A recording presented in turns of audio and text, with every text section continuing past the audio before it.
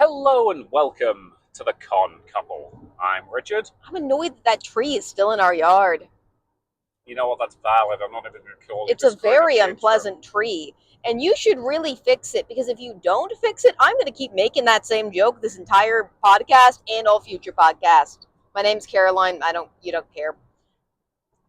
Yeah, so for anybody who's been following the ongoing saga, yes, the goddamn tree is still in our driveway. It's still in our driveway. It's been 2 weeks. Yes. In fact, it's been more than 2 And if weeks. you've not been following that saga, it's pretty much what it sounds like. During a windstorm, 2 weeks, I think 16 days ago now, technically. It was the Friday. We are Yep. recording on Sunday, so it's 16 days. 16 days ago, several trees actually fell across our driveway and slightly onto our house. And there's a hole in the house, which we put over with duct tape and called our landlord, and they still have not fixed it. Mm-hmm. So yeah, the tree's still there. Like, they've been telling me that, hopefully we'll have it organised and got rid of soon. Don't know what counts as soon in this situation. I mean, soon apparently counts as not giving us any updates since then, even though it's been a week since we've had that conversation. Oi. Yeah. At least this saga is more pleasant for us than the, I need surgery saga that happened earlier. This is true. If you follow our, what we have started referring to as the anime arcs of this podcast, we're at least out of surgery season. That wasn't great. Yeah, tree season is mostly just comical. It's annoying and stressful, but Yep. But again, it's mostly just kind of irritating. Yeah. So, anywho. So, where were we this week, my darling? Furthermore. Which we still don't know the acronym for. I think it might just be called Furthermore. Yeah, I think it's just furthermore. I haven't heard anybody use an acronym all weekend, which for furry cons feels weird. Yeah. But this one is held in Baltimore. Yes. Which state are we in? Maryland? I'm just going to say that you're right. Oh, God. Okay, as we have pointed out, I'm British. I don't know American geography, at all. It took you until last night to realize that Furthermore is a pun on Nevermore. Yep. Well, I didn't know about the Edgar Allan Poe thing until you told me. Yeah.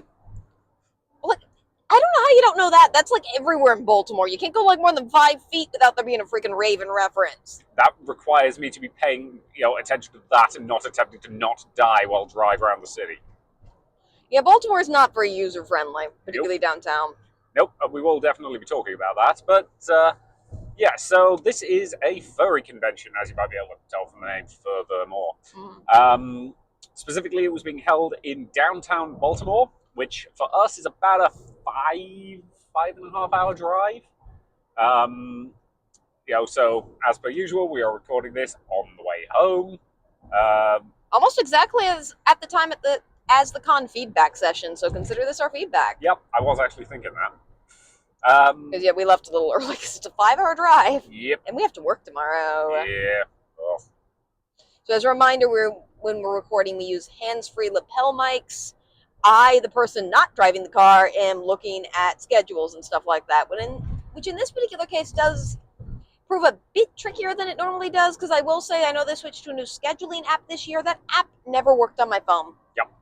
It does not work on my phone at all. I've tried multiple times. Which I suspect is just because, again, you use an older iPhone because you don't want to get rid of your audio jack. Yes, I'm aware you can get an adapter for the audio jack, but it's the principle. Mm-hmm. But it does mean it's annoying because their booklet also didn't have a full schedule in it, so we just have been using your phone for the schedule, which is also what we're recording this podcast on. Yeah, so I think you took some screenshots of the schedule give me, so we'll remember all the stuff we did. Yes, I think I sent you everything while we were, fueling up the car.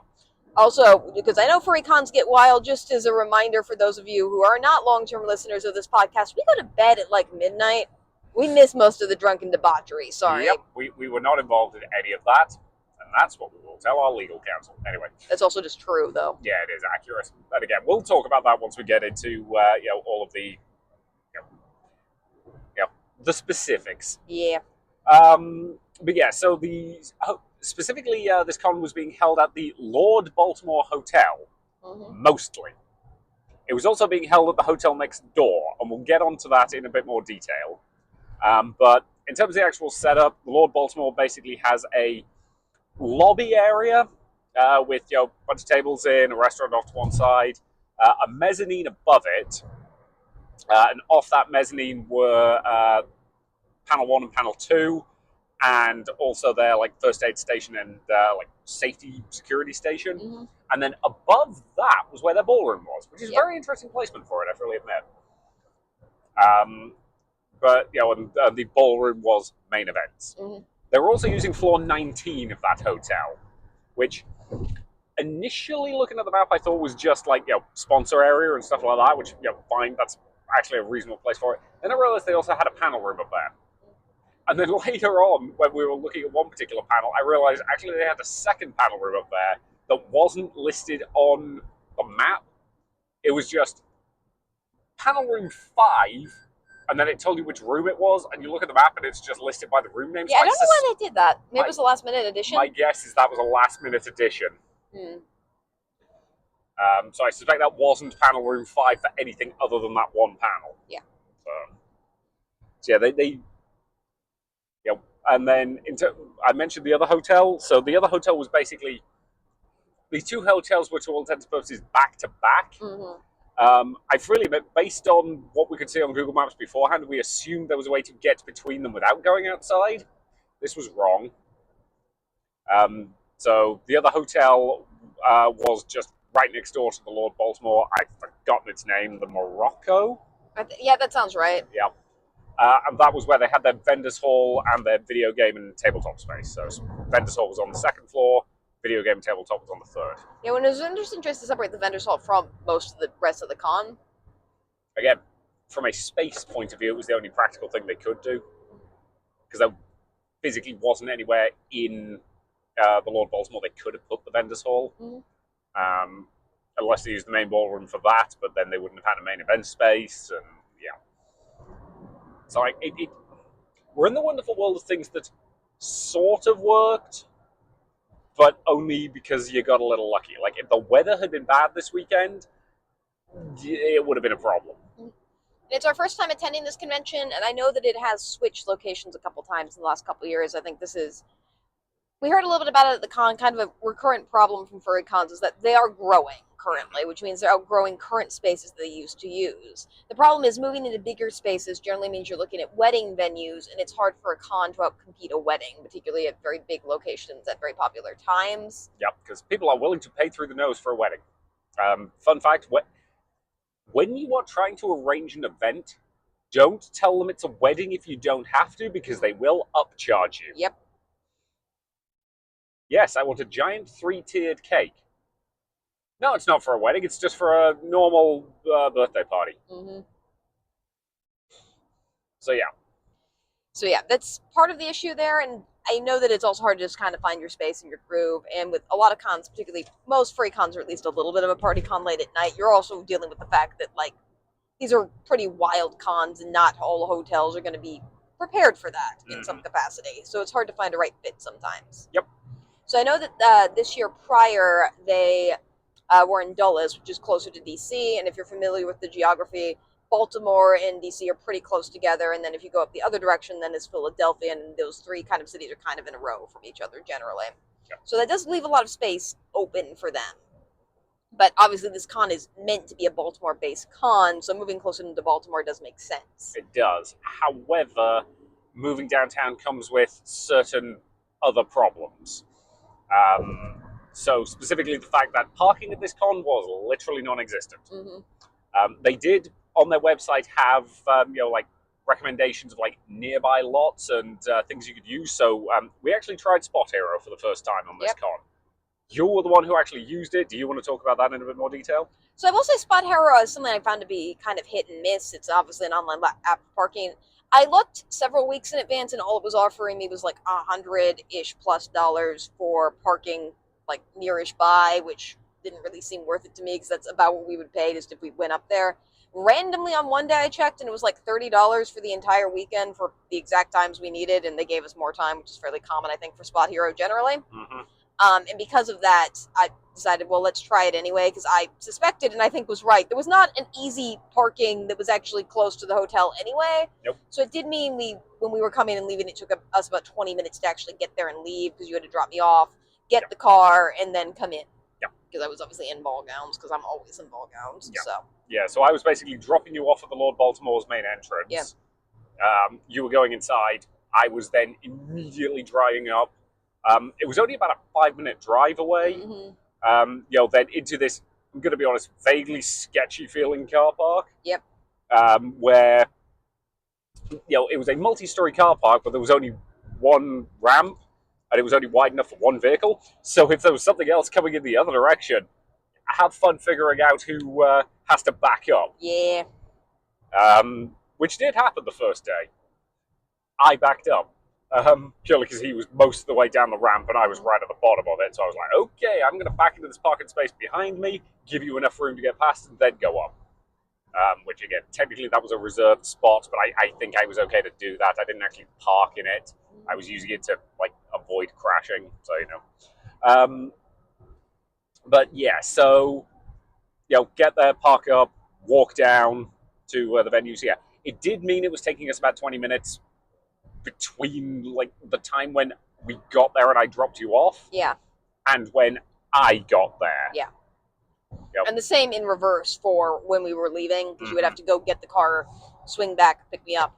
Which also meant we saw, I'm fine with saying Alkali's name because he's on the schedule. He's on the schedule. As a reminder, our podcast policy is we don't generally tend to say your names unless we have your permission or you're on the schedule. And if you're on the schedule, I feel like it's fine for us to talk about you directly. Yeah. Plus, it's also a stage name. Yeah. Yeah, furries have personas. We already went through this in our other furry cons. We're not doing it again. Yeah. Anyway, we did see him a lot of times having a smoke break outside as we're getting in and out of cars. 2 days in a row. Yeah. 2 days in a goddamn row at the time when I was picking you up. Which were completely different times, I want to emphasize. He was outside having a smoke break. Which didn't mean he was actually very helpful on the Friday night. On the Friday night, you didn't actually get out of the car to get me out. Yeah, I should have done. Sorry about that. So I was having trouble getting my dress in, and it was halfway out the car. And my dress would have gotten very dingy had I done that through downtown Baltimore. So I'm glad he said something. Yep. So, yeah. The hotel space itself. Okay, look, accessibility issues are a real bugbear for us. We're not going to lie. Yep. I'm not going to lie. At the beginning of this con, we basically said we were not coming back next year. We've softened on that because we had a really good time. Yeah. But the space itself is not great. I do think once we got through registration and knew how to navigate it, it's a little bit easier. Because keep in mind, as a person with a disability, anytime you're in a new space, there's a little bit of a learning curve on how to navigate that space that's hard and can be kind of anxiety provoking. Especially if it's a space where I have to drop you off and you have to be alone initially. I drop you off at the Columbus Convention Center and go park all the time. But that's not really an issue because you know the Columbus Convention Center backwards. Yep. Whereas in a new space where you haven't figured it out yet, it's rougher, it's harder. And I suspect there were definitely people having accessibility issues with that this weekend. Yeah, it also the hotel kind of follows a split level format where on I think pretty much all the floors there's higher and lower points because it's a very old building. So to go down even half a level, you're going down a few stairs and you're going up a few stairs, which isn't a problem for me, but does mean particularly when because the entire ground floor isn't equally accessible a lot of the times. That does mean you have to use elevators to get between floors, and it's hard to get to certain spaces. Yeah, I freely admit I have no idea how anybody in a wheelchair would have accessed registration. Yeah, I think you would have just had to go around the outside in general from that side and then go back around that side because registration was down a couple stairs, so it wasn't on the ground floor, but it wasn't on the basement floor. It was in between, one of those split level type things, so it was hard to get to. Yeah, and there wasn't a lift that would take you directly to that section. Yeah. And you also had to go over to another building, and keep in mind, going outside if you're a disabled person also kind of sucks. Yep. So, yeah. There were a lot of accessibility issues. I do think by Saturday I felt more comfortable and confident walking around the con a little bit. That said, it is still a pretty small space, and there's definitely some space issues with people running up against each other. Yeah, there were definitely a lot of panels that were overflowing this weekend. Yeah. Overflowing, there was also some nosebleed problems we'll talk a little bit about. So yeah, it's... I don't think it's the venue we would have chosen. I do get why you picked it. Yeah. And as we've said before in this podcast, it's not as though anyone sees the perfect venue. It's no, I'm not going to have that one. I'll take this lesser one for no reason. Yeah. There's reasons why they picked it, and I do get that I got the sense that it's important for them for this con to really move back to the Baltimore area proper. And that's something that the options in downtown Baltimore, because it's an older city are necessarily going to be inaccessible, because older cities were built before accessibility was like a thing. Yeah. Like the entire UK is like this, by the way. So it's not like. Yeah, like, again, the UK just does not really have convention centers the way America does. Like, even the biggest cons in the UK are tiny in comparison to even a mid-sized con in America, just because we don't have the space to host them. Unless you put them in like a sports stadium or something. And let's be honest, sports stadiums are not good for conventions. No. Yeah, you don't have the space to host it, and all of your buildings are like stairs, and like half of them don't have elevators, and it's hard. Yep. So the other thing I will say is this hotel did have a bank of 5 elevators or 5 lifts. Screw you, Americans. You said elevators. I know, and I hate it when I do that. But so a bank of 5 lifts. They were clogged most of the weekend. Anytime a panel threw out from especially floor 19, it was going to take you a while to get downstairs, just because of how slow the elevator process was generally. Because again, especially with a fur con, you can only fit so many furries in a lift. That's just a fact. And again, like, for the record, the attendees' etiquette about it were great. Is phenomenal. Yeah. And everyone like has fun with it, because you're all crammed into an elevator, so it's kind of an intimate experience. So you're just having stupid conversations, but which helped me a lot, because as somebody who suffers from pretty bad claustrophobia, I think if the attendees had not been as nice as they were this weekend, I just totally couldn't have even done it at all. Yep. But thankfully they were. Yeah, and there were at least stairs that could get you between the first 3 floors, so you could get to everything except that 19th floor without having to use a lift. I did overhear some people talking about like stairs between other floors, and that we didn't really go hunting for those terribly much, since we weren't staying in the hotel proper. As normal, we got an Airbnb. Yep. This one was a weird one. They're all weird. Yeah, this is true. But again, we are not an Airbnb review podcast, so yeah. The venue's not awful, but it does definitely have problems. And I think for us particularly, it's a significant hindrance. Yeah. Like, I will admit, unless it's a large con that necessarily needs a downtown space, I prefer it when cons are just not downtown. It's way easier for me when they're not. But that said, I understand why a downtown con is appealing, and I also understand why it's might be the only options available to you. Yeah. And I understand their trade-offs with it too. Like, some people probably do like it. Yeah. Again, for anybody who lives nearby, it's probably super, absolutely fantastic. Because again, I suspect the local public transport stuff probably isn't awful. But again, if you're trying to drive around in a car, Baltimore's a freaking nightmare, because it's just a maze of one-way streets. Like, if I did not have Google Maps, I would have been in deep, deep trouble. Yep. So yeah, we about ready to go chronological? Yeah.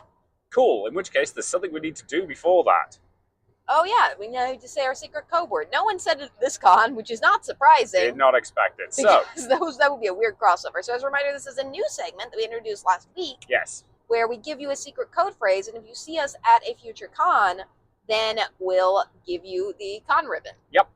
Are we keeping the same one, or are we going to change it up every episode? I mean, it makes sense to change it up every episode, because I don't really want it to be shut your pile every single time. Although if you say that next con at this point, fine. Whatever. We'll probably still give you the ribbon.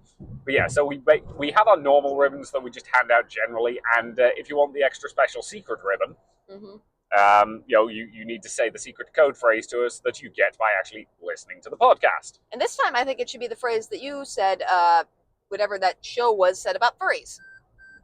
Oh.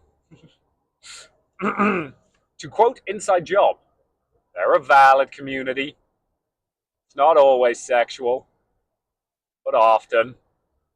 So you don't have to say that full phrase. You can just say they're a valid community. Yeah, if you say they're a valid community, then we will know to give you the fancy con ribbon. Yeah.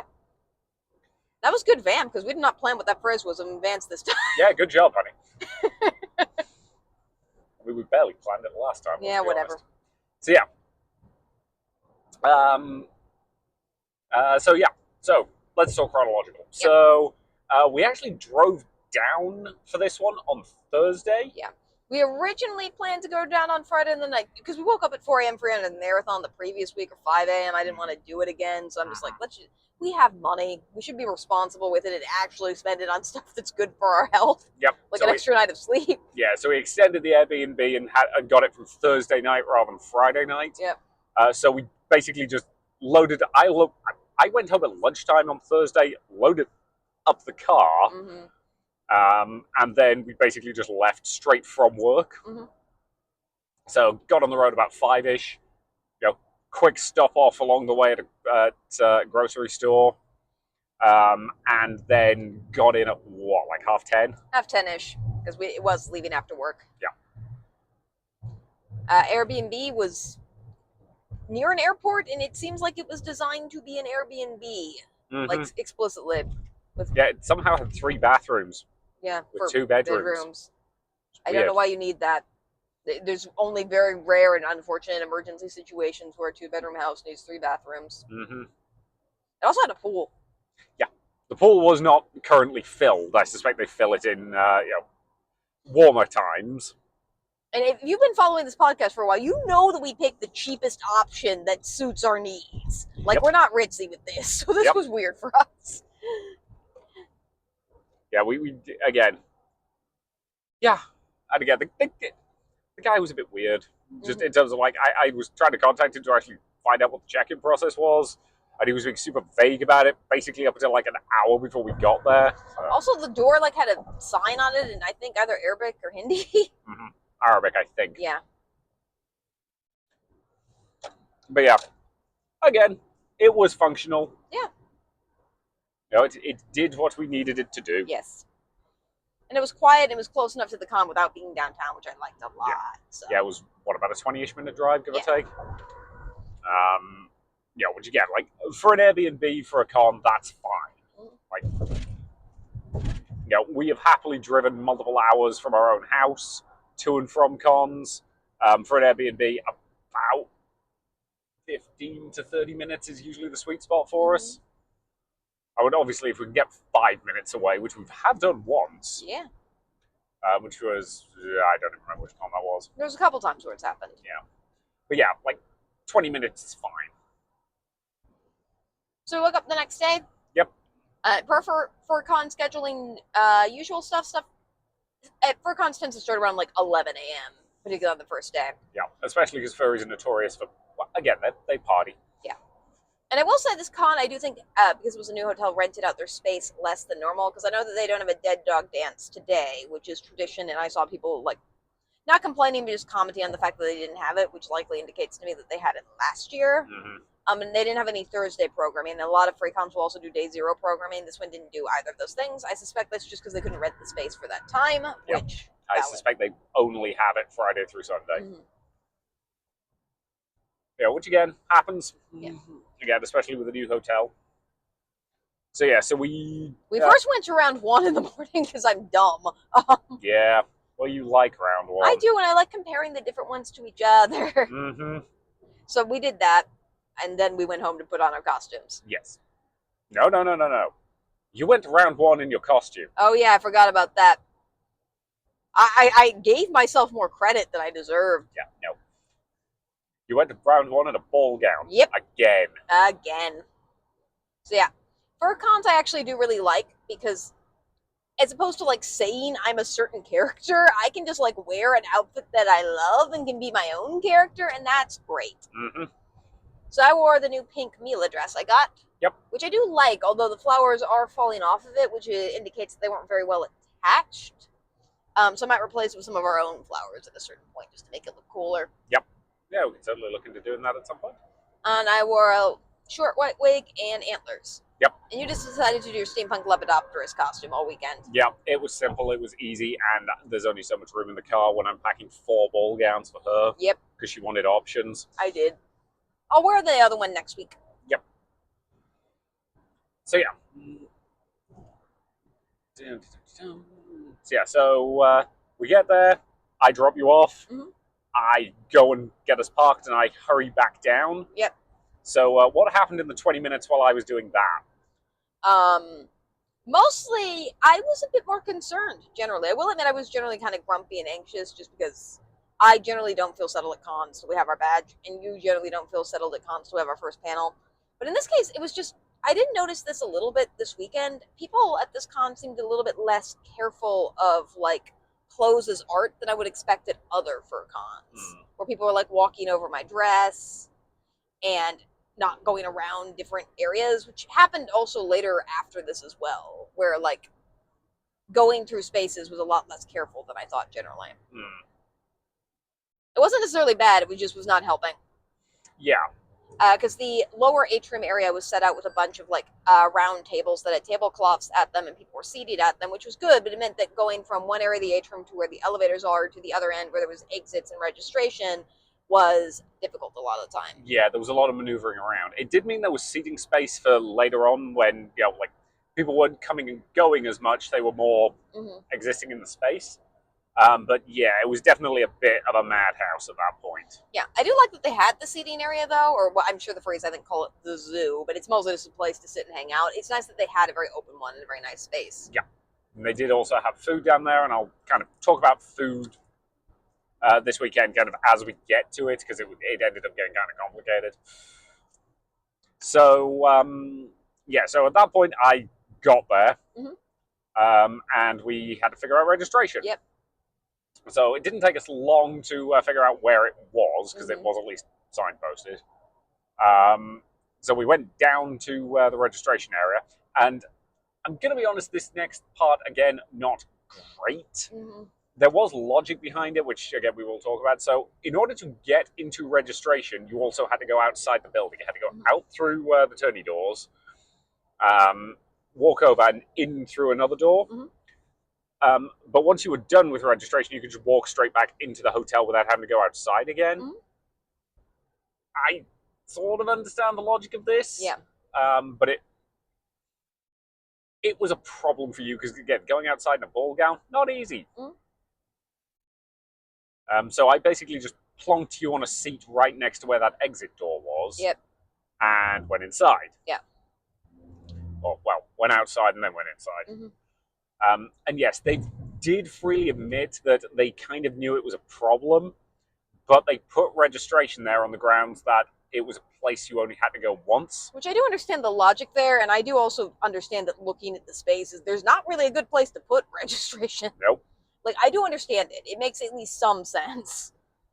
That said, I do feel like there might be other fixes to this particular problem, and I would encourage you to think about those, I guess, if you're listening to this.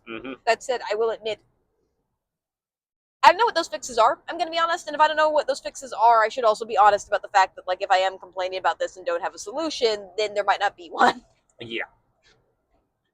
So, yeah, it was, again, and you also get through the reg line, and yeah, and I will admit I was grumpy at this point because I was sitting across from like the person who was like working the outside of registration and directing people where to go. So I didn't move. This was mostly because I was starting to get like a little bit upset and frustrated, not because of this, because also weirdly at that moment registration just went down. Yep, it just broke. Yeah.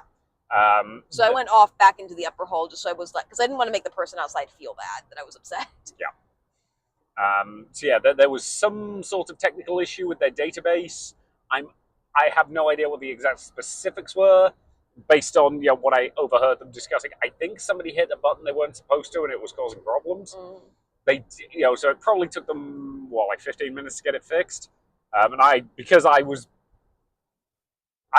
just loitering, waiting for them to get it fixed. I ended up becoming their guinea pig for okay, hand me the ID. Beep. Well, that's not right. Yeah, from what I could tell, the problem was it was pulling up random people's names for your badge, which was funny. Yeah, I think somehow the information got desynced, so that it was like you would scan an ID which was supposed to be related to like badge number 173, and it was actually probably 174 instead, or something along those lines. Like so they did get it fixed eventually, and they were very honest and open with everybody there. They're like, "Yep, we are having technical problems. We don't have an ETA on how long it's going to be to fix. You might want to go and get checked into the hotel, or etc., etc., etc." we'll be back up as soon as we can. But you and I had a panel at 12. Was it 12 or was it 11? I'll check the time, but I don't think that really matters all that much. Basically, we had a panel we wanted to get to. Yeah. And it was at 12. Yeah, it was at 12. And we were getting a little stressed about whether or not we'd actually be able to go to that panel. Mm-hmm. Now, given the rest of the con, there wasn't a lot of badge checking going on, which, for the record, I have no problem with that. Yeah, and I also will say that generally this followed the same system most furry cons do, which they check you in with your ID. And because of that, your badges also are already like age verified. So a normal attendee badge shows that you're over the age of 18, which I like a lot as a system because you only have to show your ID once and you don't have to get wristbands. Yep. And like I do get the argument that you could always give your badge to somebody else to show that they're above 18. But like if you're doing that, you could also just give somebody else your ID. It's not that different. So yeah. Just be a responsible adult and don't do that because that's lame. Yeah, so I suspect if it had come down to it, we could have gone to that first panel without our badges. And I suspect if we'd said to them, yeah, sorry, we don't have them, Reg is currently down, they would have probably said, fair enough. Mm-hmm. Let us do that first panel and then go to Reg. Yeah. But we did get them in time to get to that panel. Mm-hmm. Grab lanyards, grab clips, because they didn't have lanyards. Yeah. Clip both badges to me because that's just how we roll. Mm-hmm. Grab the con book. Well, actually, I had to go back to the con book. And then, kind of sat down, looked at the map, figured everything out. I did our initial explore of the space because that's a thing we always do. Because as I've mentioned previously, anytime we're in a completely new con space, there are a few things I always do. One of which is I scope out where all the fire exits are. And other in case of emergency, if this goes horribly, horribly wrong, here's the stuff I need to know in order to keep us safe. Yep, it's part of being a carer of a disabled person, and something I always appreciate you doing generally. And I know that's for me, it's getting registered that makes me feel secure. I think that's what makes you feel secure is when you know where all the exits are. Once I've got a sense of the space, and we can sit down in that first panel, and I can just kind of breathe for a minute. That's usually when I settle down a bit and when I start feeling comfortable at a con. For the record, if it's a con we've been to before or a space we've been to before, it tends to happen a bit faster. Yeah. Because if we're going to the Columbus Convention Center, I don't need to scope the fire exits. I already know where they all are, including a couple of weird ones that are in very strange places, but are useful if you're in slightly obscure parts of the convention center. Yep. And again, it's also things like trying to figure out where a bathroom that isn't going to completely suck and get completely overwhelmed is and stuff like that. It's not just fire escapes, but it's lots of half of it. It's not even stuff I'm really conscious of until I need it. But it's getting a lay of the land. Does that make sense? Yeah. So you want to talk about the first panel we went to? Yes. So this was upstairs in panel room 2, which is panel rooms had a lot of different ways of being laid out this weekend, so I think it's worth talking about them. This was a fairly kind of what I would call the workshop setup, where you have a table in front and then you have lined tables down the back of the hallway. Mm-hmm. Yeah, again, relatively kind of long, thin room. And again, right off the mezzanine. Yep. Which was a problem for one of the other panels we did in there, but we'll talk about that. Multiple of the other ones, honestly. Yeah. This one was fine, I think, just because it wasn't crowded. Yep. As somebody did come in, because there was no one in the room or badge checking, so we just kind of walked in and sat down, because it was 10 minutes before the panel was supposed to start anyway. And somebody came in and asked if the panel was starting soon, and we said yes. I'm unclear who that person was or why they were asking that. Yeah, I'm assuming they worked for the con and were just checking we weren't just hanging out in there for no reason. Yeah, it was unclear to me if they worked for the con or if they worked for the hotel. My money would be on the latter rather than the former. Yeah, they were polite about it. I was just confused as to why they were asking. Yeah. It's fine for them to ask, I'll be perfectly clear. Yeah, so this panel was? So this con has writing tracks generally, which means that they have writing programming similar to other types of it's a little bit rarer for furries to have writing tracks, but because they do support artistry, sometimes they do. And this one was a flash fiction contest. And this was where the rules of the flash fiction contest were going to be read out. You could also access them online if you couldn't make this panel. Yep. This is similar to the bad writing competition at Anthro, Ohio, except this is not bad writing. It's just writing. Yep. And the rules are slightly different. Yep. So, you want to explain? Certainly. So, flash fiction, the entire point is this should be short, punchy, fiction on a particular theme. Mm-hmm. They basically said the soft limit was 1,000 words, the hard limit was 1,200 words. Yep. So, if you went over 1,200 words, I'm unclear if they were just going to stop reading at that point, or if they'd email you back and be like, hey, you're at 1,203, mm-hmm. Can you cut 3 words out of this? I'm unclear what the process was. Or if they just would disqualify you completely. I doubt they would do that. They seem quite nice. Yeah. But, so as far as I know, everybody kept it under 1,200. Yeah, but keep in mind, you have 24 hours to write this, and you have to do it while the con's going on. So. Yep, so good luck finding the time. Yeah. So, specifically, this was a case of all entries had to be emailed to them by 1 p.m. the next day. So, mm-hmm. basically, as you said, you had 24 hours. And the theme, because the theming of the convention was homecoming. Yeah, which I'm sure is themed because they're coming back from Dulles to Baltimore. Yep. So that's why it's themed, but it's meant to be high school themed. Yeah. I will say the high school theme is meant to be a motif as opposed to actually pretending you're underage, you weird people. Yeah. Again, it gave Boozy an excuse to wear his Letterman jacket from his actual high school. I 100% do believe Boozy, who is another one of the comedians, who says that the Letterman jacket looks better on him now than it did when he was in high school. Picturing high school Boozy and picturing him now, it definitely looks better on him now. Probably.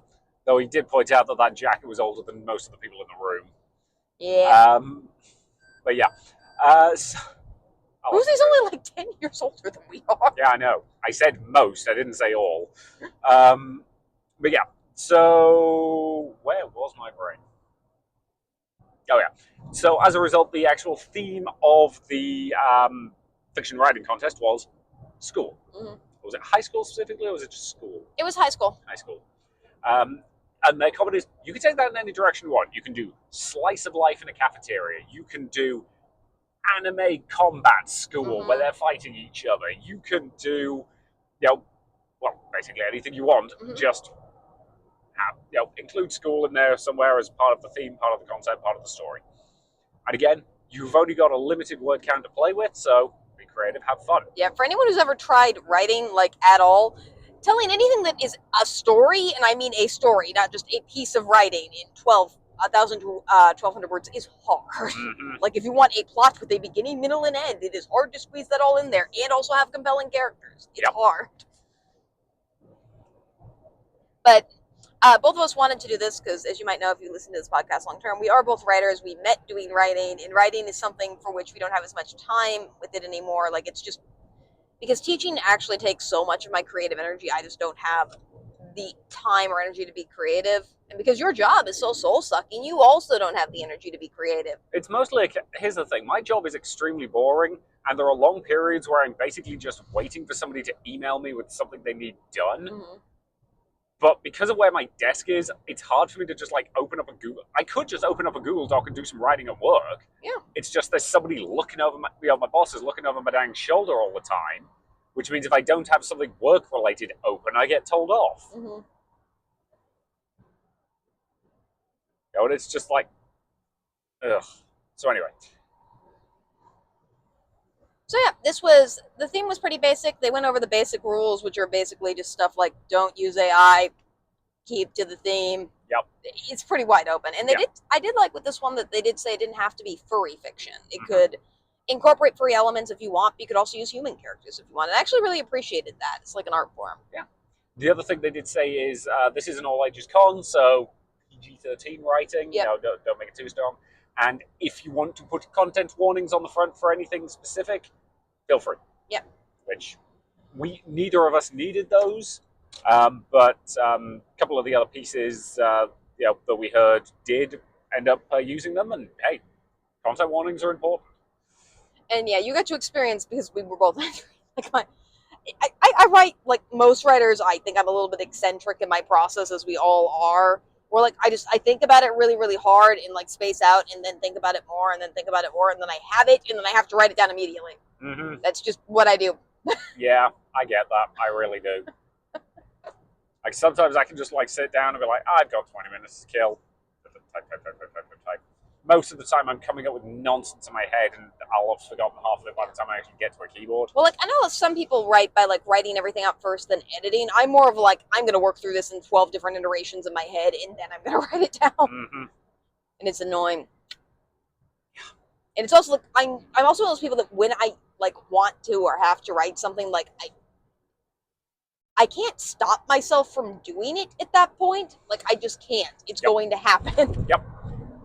Whereas I'm very much one of those writers who never finishes a project, just because I get to a certain point in it and I decide it sucks, because I am a terrible, garbage, awful writer. That's not true.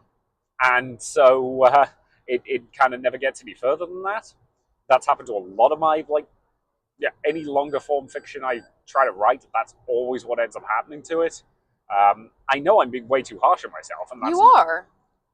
But it's just hard to get out of the mindset, which is why this competition was actually it was good for both of us, because again, it's 1,200 words.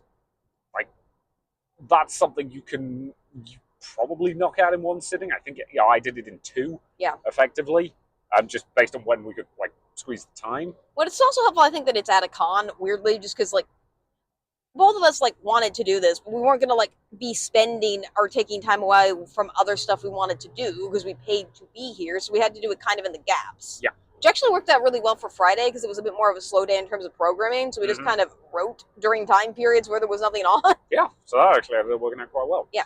But yeah, so this panel itself was basically just the rules, the guidelines. Do you have any questions? Here's where you send stuff. Here's the formats we would prefer to have it in. All of that kind of stuff. All great information to have, and little chance to just chat with some of the people who are going to be judging it. Yeah. Which is always one of whom we recognized from another con. I don't really remember where we saw them last. We've definitely seen them at AnthroCon. Yeah. Specifically, they were on panels at AnthroCon, which we were in the audience. They said hi to us like we were old friends, which is always nice. And they seem like a really great person. And they're not quite boozy and alkali famous, so I'm not going to say their name. Yep. In part because I can't remember the first letters. I keep messing up SP and SN, and I'm sorry, it's confusing. But yeah, they are, again, it's interesting to know that one of the people on this panel is the former, I believe they said former director of programming, and the other one is the current director of programming. Yeah, and both of them were laughing at how much they gave themselves to do this weekend. Yep, because that's just how staffing a FurCon works. Yep. Actually, it's staffing any con, if we're honest. So after that, we had a little bit of a law in the schedule because the next thing we wanted to do, I think, was actually, which was later in the day because the time thing you sent me cut it off, but it was later in the day. That was at 3. Okay. Yeah, that makes sense because the time slot I have is 3:30. So we went over to the tabletop area for a bit. Yep. Which was in the other building. Yes. So this was when we had the opportunity to figure out how we got to the other building. Yeah. We actually ended up going further around than we needed to, because we didn't realize that the side entrance to that building was open, and somewhere along the way they put out a sign telling us we could do that. Yeah. That did happen on Friday, but I suspect it's because other people made the same mistake we did. Yeah, and then they had the sign up by the time we were walking back from that building. Yeah, which again, that's your classic case of there was a problem, they realized it was a problem, and they did something to fix it. So I don't actually have any complaints about that. As I always say, there are going to be issues, there are going to be problems. It's how you handle them that really matters. And again, you realize that was an issue and you fixed it. Good job. Yeah. I'm still not a fan of splitting up the con between 2 buildings, but I get why you did it. It was better than trying to cram all that stuff in one building. Yes, so. I would agree with that statement. So yeah, we walked over there. We went through the dealer's den and Artist Alley first. That had an interesting kind of weird one-way system through it. Yeah, you basically, when you went in, you turned right and then you walked around the loop and you came out on the left-hand side. It mostly works. It ends up... It limits your ability to go back and forth a little bit and look around, but I'll admit it probably did help with just traffic flow, because there wasn't a massive amount of room in that space. Yeah. There weren't any hideous bottlenecks or anything, at least not at the times we were over there. So it probably was the right call. Yeah. Although they were allowing, because at this point a lot of people had, luggage and stuff, and keep in mind I'm in a giant ball gown. People were bringing like wheelie suitcases through it, which was clogging up the space a little bit. Yeah. And I'm generally pro like bring whatever you want into dealers hall, but I do think there should be some limits on like wheelie bags because it was actively like blocking people's paths at some points. Yeah. And I will say this entire weekend, we were never out of a situation where we were like not causing a fire hazard. Like it was pretty much a fire hazard the entire weekend. Yeah, a little bit. Yeah. Yeah. Like not as bad as we have seen at some cons, for the record. No.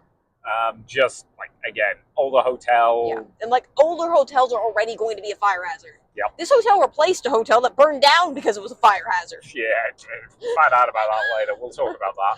And I do get this isn't the furries were doing the best job they could managing stuff. Yeah. Also, like I still don't know if we're furries or not. Like how many fur cons do you have to go to if you otherwise don't do anything with the furry community?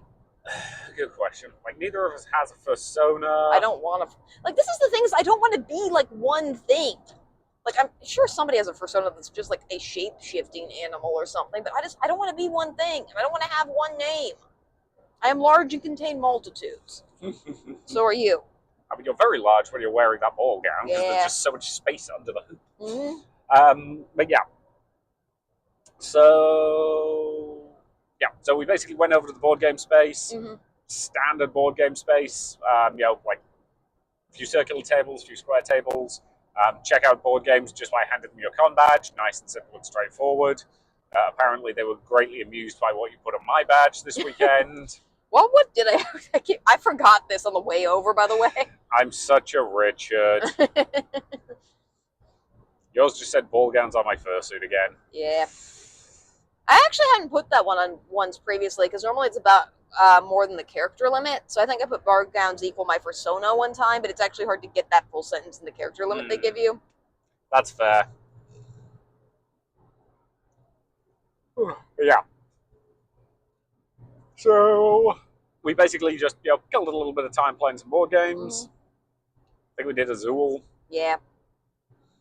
And again, I definitely don't think we'd completely found our con equilibrium at this point. Not quite. I think it took till after opening, and it was honestly like seeing people we knew that helped a lot more with that. Yeah. Like we were still pretty grumpy at this point. Yeah, again, it was the transitioning between those two hotels didn't help. I'm not going to lie to you. Mm-hmm. Like I was more prepared for it, I think, on the second day once I like knew where everything was and stuff like that. It was just kind of hard to kind of face the reality of it on the first day, I think, a little bit.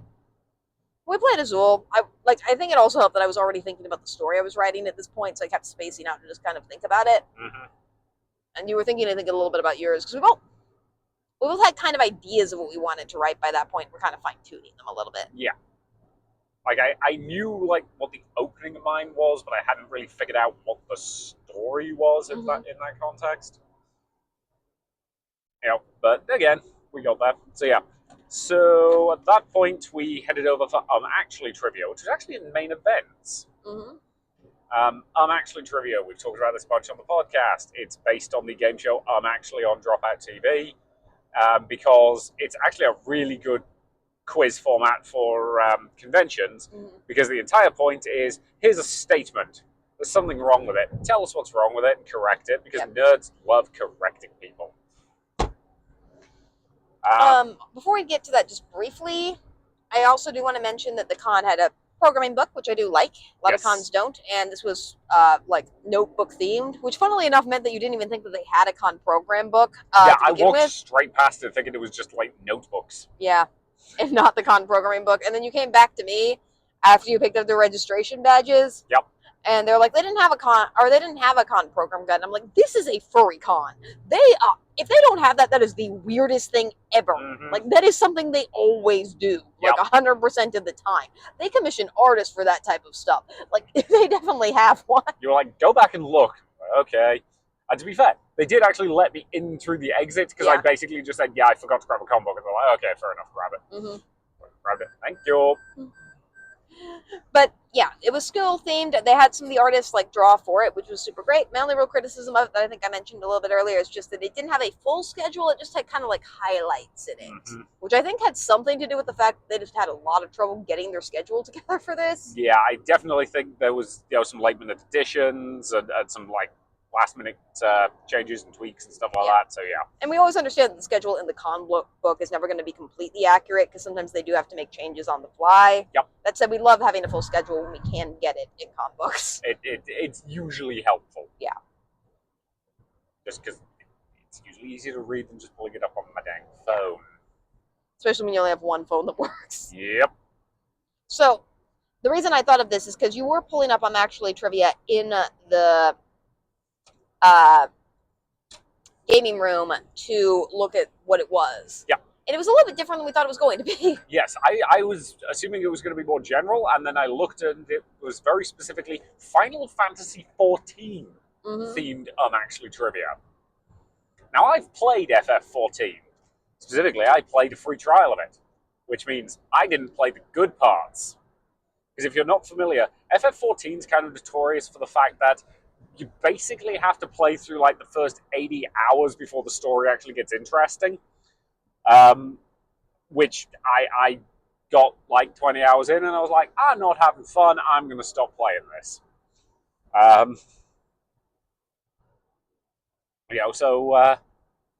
And I wasn't sure if they were going to be doing this as volunteers for the audience or a established panel. This was an established panel.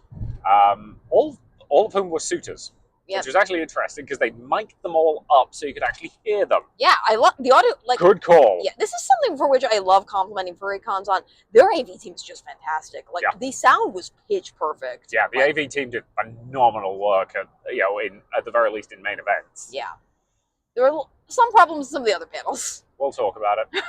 But in main events, like that is the best I've ever heard fursuiters sound while they were in a fursuit. Like, it was crisp, it was clear. Yeah, like I think I don't know if they'd actually put like mics inside their fursuit heads. Because the usual trick with the fursuit is you've got to deep throat the mic. Like, you are holding a standard boom microphone or a standard microphone. You've basically got to stick it straight into the fursuit's mouth in order to get it close enough to your internal human mouth that the audience can hear you. They did not have to do that for this one. They were mic'd up in some capacity. I do not know the details, but really good job, AV team. So yeah, so this trivia, the host was really good. The panelists were good and were having fun. The trivia was very obscure.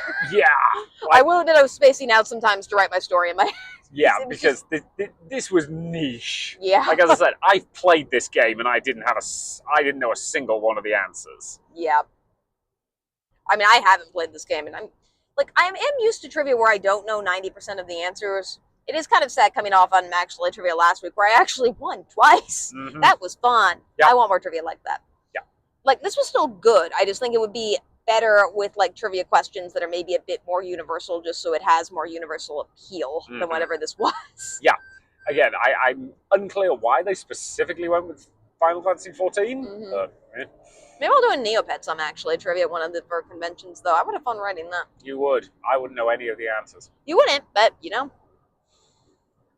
But then again, you didn't know any of the answers to the sci-fi one I did. Well, it's interesting because I have heard comments at FurCons that Neopets panels don't tend to get approved that much because they're quote-unquote niche, which I find weird because I had my Neopets plush with me this con and was getting complimented on them all weekend. Like, I think I got complimented on them almost as much as I did my clothes, which for me is saying something.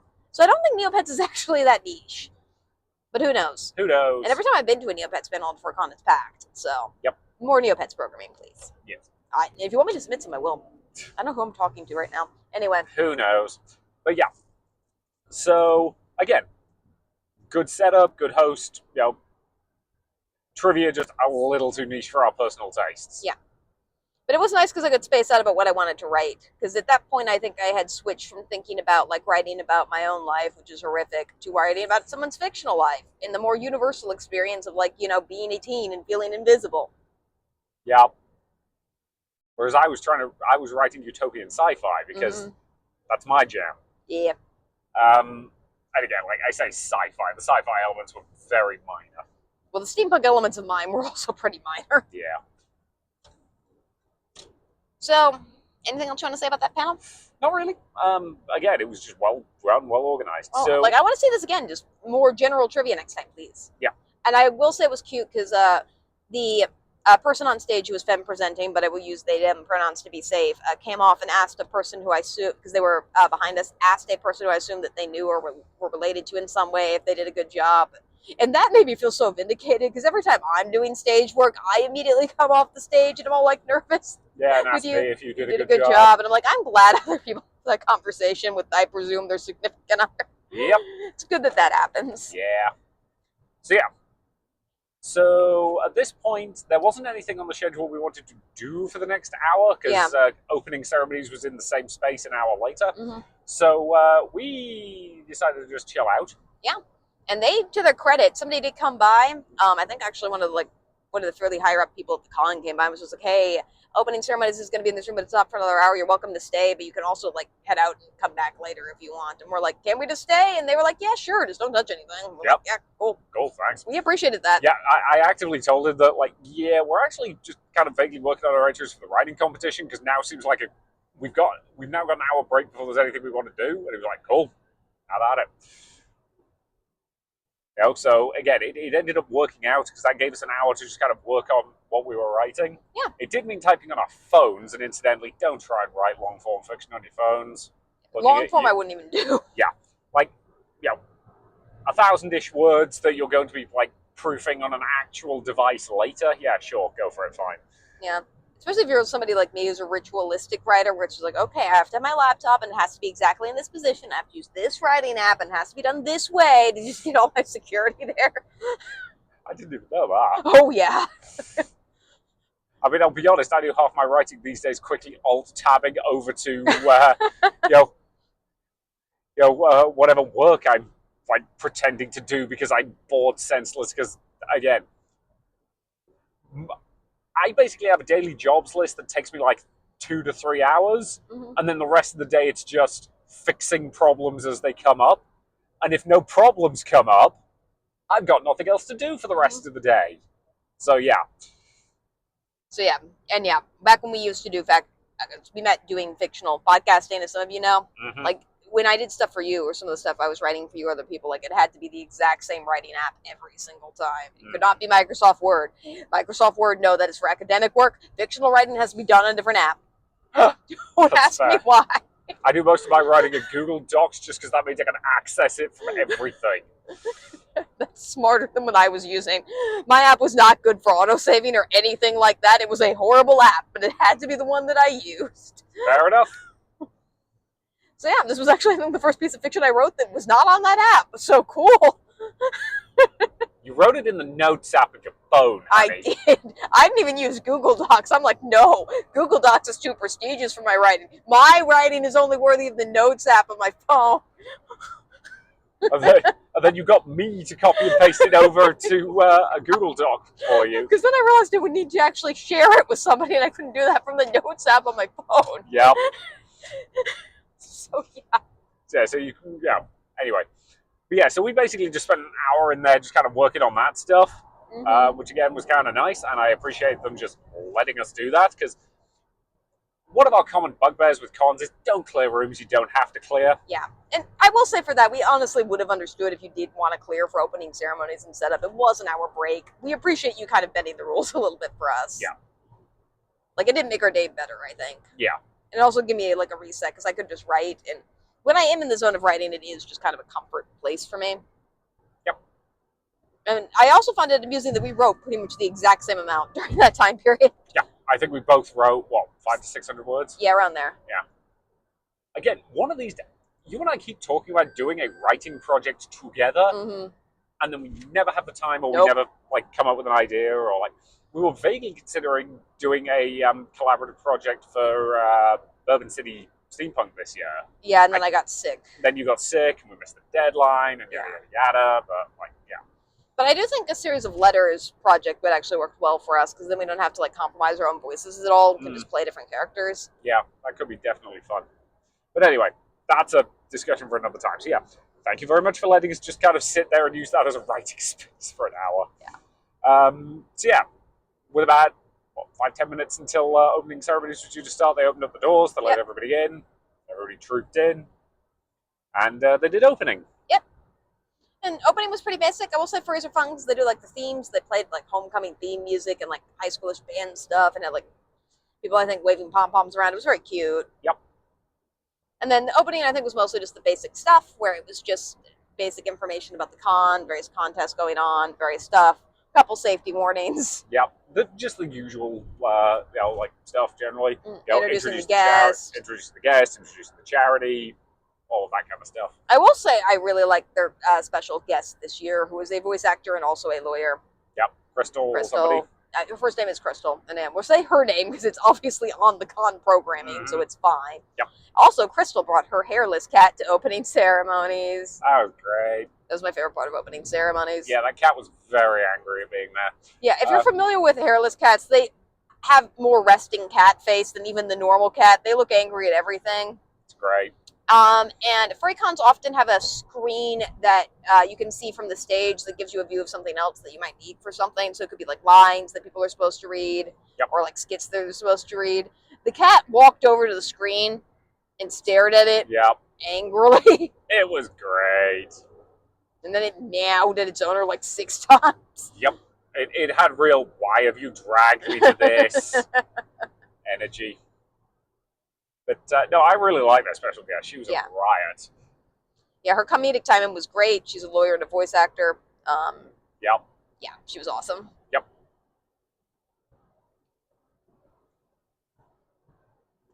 I think this was her first time doing a FurCon. Yeah. But yeah, she killed it. She did. Good job. So, yeah. What was after opening? So originally we were planning to go to so this is your first furry convention panel, mostly just a panel camp because we like Alkaline Boozies. We're hosting that panel style. Like, frankly, at this point, I think we might actually go to, like, if we're not just limiting it to furry cons, we might be closer to going to more cons than they have. Maybe. Probably. Depending on how many they do a year compared to how many we do a year. Yeah. They've definitely been going to cons for longer, but I think they do fewer a year than we do, or at least Boozy does. Alkaline maybe does. Who knows? That's it. Alkaline. If you actually do end up listening to this episode, tell us how many cons you did last year. I want to know how it compares to our 45. Yeah, we do actually need to get an official count. Yeah. We'll figure it out. Yeah. But yeah. I want to know how long it'll take us to overtake you. But yeah, so anyway. So we were planning to do that. I can't remember why we didn't. Oh, I know why we didn't. We ran into Alkali in the hallway and he recognized us. Oh, yeah. And then we talked for him about 20 minutes about our surgery saga. Yeah, we told him a little bit about the medical stuff and the fact that, I took you to round 1 instead of taking you home after you were coming down off anesthesia. Yeah. And yeah, at that point, like, he then was like, oh, I should go and run up to set up my panel. And we obviously let him do that. I'm like, well, it would be weird and kind of awkward if we just immediately walked into the same panel room when he knows for a fact that we, like, don't need to go to this panel. Yep. Since I think before that we were kind of under the impression, like, members of Alkali's quote-unquote crew, or just people who are kind of in Alkali's tertiary group of comedians, like, some of them we know, like Sigma. Like Sigma. But we don't, like, we hadn't really talked to Alkali that directly before. So I was honestly unaware that he, like, knew us that well. I'm glad that he does. Like, we obviously know him that well. I just didn't know if he remembered us, given how many people we meet. Yeah. So that was really sweet, and I really enjoyed that conversation with him. But then I'm like, we can't go to that panel. That's just going to look weird. So well, again, my original plan had been to just, like, camp at the back of it. Yeah. Mostly so that we could go forward when that panel would have ended been the plan, generally. And get a decent seat for the next panel that was in that room. And then I saw how big the panel room was and how full the panel room was, and I knew that wasn't going to work. Did we actually do that? We scouted it. Okay. Like, it wasn't that we scouted it then, we scouted it, like, later. Yeah. Specifically, we were like, okay, we could sneak into there's about 20 minutes left, so if we sneak into the back now, we'd be in a good position to move forward then. And then I looked in the room and was like, nope, that ain't happening. Yeah. Because, yeah, their panel room 1, not that big. Room capacity, officially 125. It was pushing that sometimes. It was frequently pushing that. So instead we went down and you got food. Yes. So, and I wrote my story. Yes, you wrote your story. So, yeah. I'll talk about the hotel lobby food. They'd set up a little, stall. You went up to the stall. You paid for your. Basically, they had three options, which was can of soda for $2, a pretzel for $5, or quote unquote hot food for $10. And you didn't get the exact food there. What you basically got from that little store was a ticket in one of three colors, depending on what you'd paid for. And then you took that ticket over to one of the stalls they had set up on either side, and you'd be like, okay, I will take that hot pretzel. Here's a hot pretzel ticket. I'll take your hot pretzel. Promises. Yeah, I didn't realize this was this elaborate, though. Mm-hmm. I think mostly because it was the zone writing at the time. Yeah. So basically, I just got myself 2 hot food tickets. I got myself a cheesesteak sandwich and a walking taco. Mm-hmm. They were both aggressively mid. Yeah. They were overpriced at $10. Like they were fine, but like for $10, food. It's hard for food to be that overpriced if the food is $10. So yeah, that was $10 each. Okay, that's a little bit more overpriced. Yeah. So yeah, like again, you did get it fairly quickly though. Like you were back way faster than I thought you were going to be. It was about 15 minutes, honey. You were just in the zone. Okay. Yeah. Yeah. So I think that system was mostly working throughout the weekend, but yeah, based on something I overheard from the staff working that day, I think they did the thing that every hotel that hosts a FurryCon does, and vastly underestimated how much furries eat. Yeah, furries eat like double the amount that normal humans eat. Mm-hmm. They just eat a lot. Yeah. We have no idea why. I don't really know why, generally. Like, I've always wondered if it's just because they're burning calories because the fursuits are heavy. It's probably that. I think it's all. I think that they all do. Well, it's also just I feel like they forget to eat other times and just have to make up for it then. Yeah, that's probably also a factor. Which again, we can't judge them for that because let's be honest, because of your dietary stuff or your digestive stuff, I should say. Like you only eat one meal a day late at night. Yep. Which means you frequently forget that I need to eat as well. Yeah, there was a problem when you first came over here. Well, it's mostly just like, I love you, honey. You're not always great about asking for what you need. I'm really, really terrible at asking for what I need. So, like, I would ask you throughout the day if you needed to eat, and then you would say no, and then you lost like 10 pounds the first time you came over here. Again, I've got the balance better now. Yeah, we're a lot better about it now. Yep. I probably should eat more vegetables than I do, but, that's just being my current age, so, But yeah, so this system worked fine. The food itself was aggressively fine. Mm-hmm. Like, it didn't suck. It wasn't awful. It was probably a bit overpriced for what it was, but, again, hotel con pricing. So we did that. Then, as I say, we basically went up and realized how full that room was. Mm-hmm. And, yeah, we were a bit concerned about whether or not we would actually get into the next panel, but we did manage to. Mm-hmm. Specifically, with about 5 minutes left of that panel, I happened to notice that there were some seats actually at the front. And I was like, I'm just going to go claim those, and then you can follow me in once the room's cleared out a little bit. And as a reminder, if you're listening to this podcast before, I do have accessibility issues where I generally need seats that are in the front row. Like, sometimes other seats can work, but I just need ones that are in the front row. Yep. So you went in to claim those. Yep. This room was lecture recess style theater seating, so you had to go downstairs, and it was like auditorium style seating generally, which also meant if you were in a wheelchair, you would have to sit at the back, which kind of sucks. Yeah. They did have an accessibility entrance, which I liked, and we did use a couple times. Yes. There's no really governing it, but you know what? It doesn't need to be governed. It was labeled as the accessibility entrance, and pretty much only people with accessibility used it, or if it wasn't, it was people who were like coming in late at a time period where you didn't need that. I prefer it when accessibility stuff is not policed and people can't tend to just do or self-police themselves. Yeah. So snagged some seats, got settled. So what was that first panel? Because I remember it was an alcohol boozy panel. That was Whose Line, I thought. That was Whose Line, of course. Yeah. So Whose Line is it anyway? The FurCon version of Whose Line is it anyway? Mm-hmm. It's legally distinct. This is just a bunch of people in a room doing improv games. Yes. And it's led by Alkali, who is a stand-up comedian.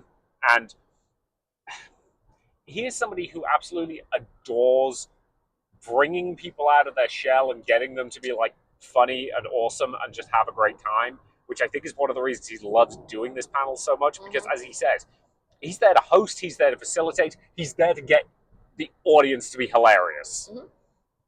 Because this is the audience participation version. So they will take audience members out who will do various skits, various sketches. They will play improv games. And yeah, I don't know what else to say about the basic setup of this one. I mean, that's basically what it is. It's we tend to prefer Whose Line panels that are audience participation generally. Yep. It's not that, I will say Alkali and his crew of comedians can carry Whose Line panels way better than I've seen them done at a lot of cons.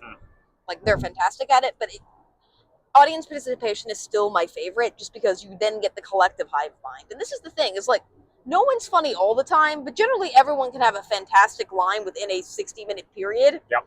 And if you have everyone participate, then you get to hear all the best lines. Yep.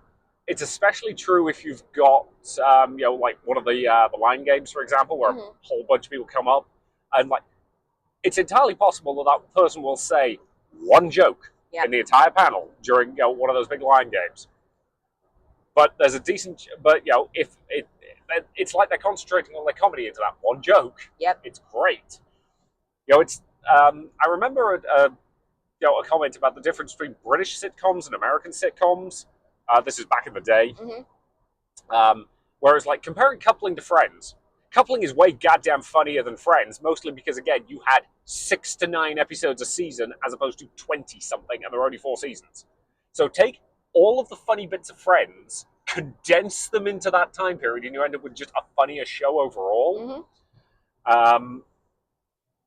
Whereas American sitcoms just had, you tend to get a few funny bits per episode, and they're just not as concentrated. And again, which you prefer is up to you, but I like how you're always kind of like digging in America subtly through all your commentary through all these episodes. Yep.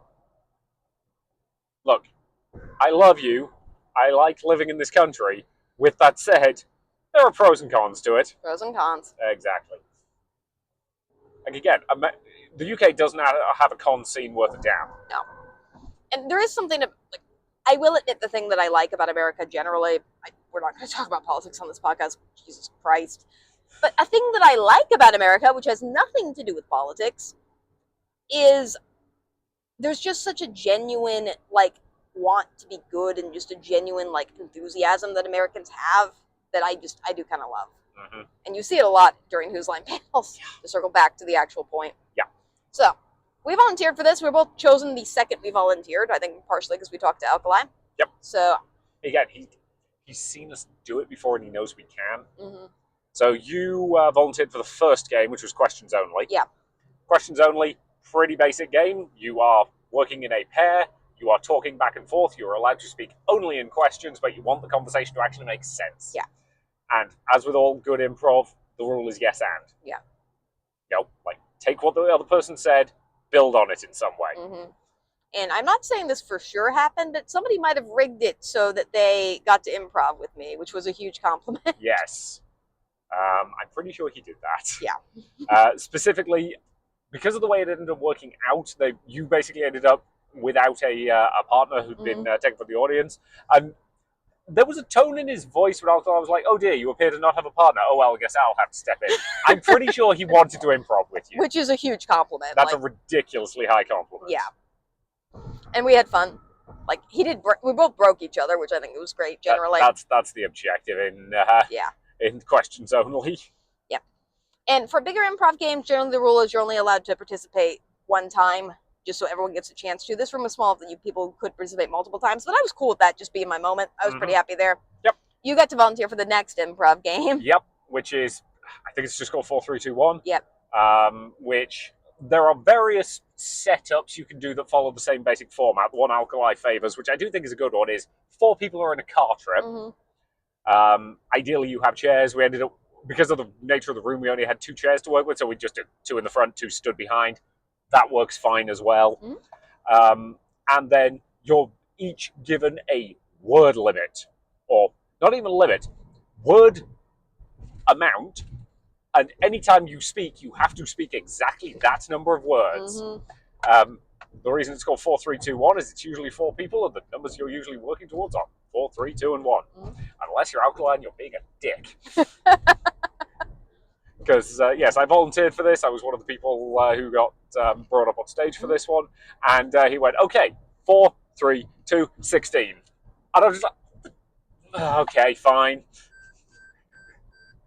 You know, and he did, I don't know if you noticed this, he did lean into me and he was like, I'm giving it to you because 1, it's funny, and 2, you've got this. Yeah. I was like, okay, thanks, buddy. Yeah, I heard him do that. I knew it was good. Like, the second you pulled you, I knew you were... something like that was going to happen, because he always does that trick. I knew I was going to get a difficult number, but 16, come on. Do you have any idea how hard it is to come up with a 16-word sentence? You managed to. Like, I did. I would have started talking and then just stopped at 16 words, because that's also funny. That is also funny, to be fair. Or just said really 6 times, because that's funny. Yeah. So, like, this is the thing with improv in particular. You can fail at the games, and it's still funny. Yeah. Oh, yeah. Like, as he says, like, the trick to improv is, you know, about 3 in 10 of the jokes you make are going to land. And that's fine, because, for one thing, there's also going to be other people on stage making jokes right after you do. Yep. Which is going to keep the audience's energy up. And 2, even if you fail, just fail in style. Yeah. It's better to tell something that's not funny than not be talking. So. Exactly. Also, he was very clearly supposed to, because when I was improvising with him, I was trying to use innuendo as opposed to just talking about, like, parts of his body, because this was not tagged as plus 18, and I knew that. He apparently did not know that. I'm unclear to what extent he remembered to tell the con to tag certain panels as plus 18, and to what extent he... Yeah, I think he just forgot for several of them, because he's just kind of used to it. But, yeah. And yeah, I will admit that, like, us describing much more than this, probably it's more funny to, like, experience than it is have us describe. But I will say my favorite part of it generally is, like, watching people come alive with it. Yeah. And there was a 17-year-old in the room who was fantastic. They were killing it. Yeah. Now, again, one of the suggestions when that person got brought up on stage, one of the suggestions involved drinking, and that, miming it obviously, or just like talking about it. And then the responsible adult who was with them was just like, they're a minor, which again, they were in a suit, or at least a face mask. So we didn't realize that at the time. It was like, okay, well, we're vetoing that suggestion. They were the person driving the car in their sketch. Yeah, which, oh my god, that was really funny. Yeah. Like, they kept working that in. Yeah. It's like, why are you the one driving? So, yeah. But no, again, like, the audience was having a blast. Everybody was having fun with it. It was great. And just, we really love this panel anytime it's being run at a FurCon. I also, I will say Alkali is always a fantastic improv teacher. And I say this is somebody who does teach. He's very good at meeting everyone where they're at in terms of what they're able to do and giving them, like, assignments that let them shine on stage. And I can tell he legitimately does it because he loves watching everyone have those moments. Yeah.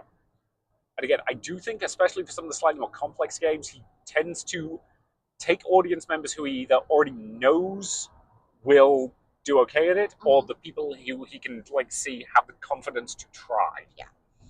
Because he doesn't want to overwhelm somebody or make them feel embarrassed. Yeah, he doesn't want somebody coming up, getting deer in the headlights, and having a terrible experience as a result of it. He wants everybody to have a great time. And it is interesting in terms of all the stuff we did this weekend. I will admit that stand-up's the only thing that, like, makes me actively nervous. Like, I'm not nervous when I improv or debate at all. But stand-up, for whatever reason, is just that hump that I'm still working on, I think. That's fair. Which I'll talk more about when we get there. Yep. But yeah, no, again, Whose Line, always a fantastic time. Honestly, my only complaint is it probably should have been on main, just from that room got crowded. Yeah. Plus, it's fun to have a big stage for it. Yep. But again, there were definitely several. I think that's part of my other issue with this venue, is it's just the panel rooms themselves weren't terribly large, and there are a lot of things that there were about half a dozen panels that I was like, this could have been on main, but I guarantee you there was something else on main at that time that was also, like, very good and taking up a lot of people. So yeah. So there was about a half-hour break after that. Yep. Also just kind of hung out, and then we went to con histories from First Fandom to the Furry cons. Yes. So this was goddamn fascinating. Yeah. Also, I think we talked to somebody before this, but I will admit I don't really remember because we were slightly late to this for some reason. Oh no, we walked up with somebody to this, so I think we talked a little bit after the panel. So yeah. That's it. That was like a private person, so like probably shouldn't review that conversation as like a thing. Yeah. Yeah, we're going to grade the conversation we had with it. No, I'm kidding. If you want us to do that, that's on our Patreon exclusive here. We don't have a Patreon. No, but if you want that as like a kink thing, I'm just saying. What? I mean, to be fair, me offering to just like review conversations in a harsh British voice is definitely someone's kink. Yeah. Anyway. For the record, if we ever did do that, we would only ever do it with that explicit person's consent privately.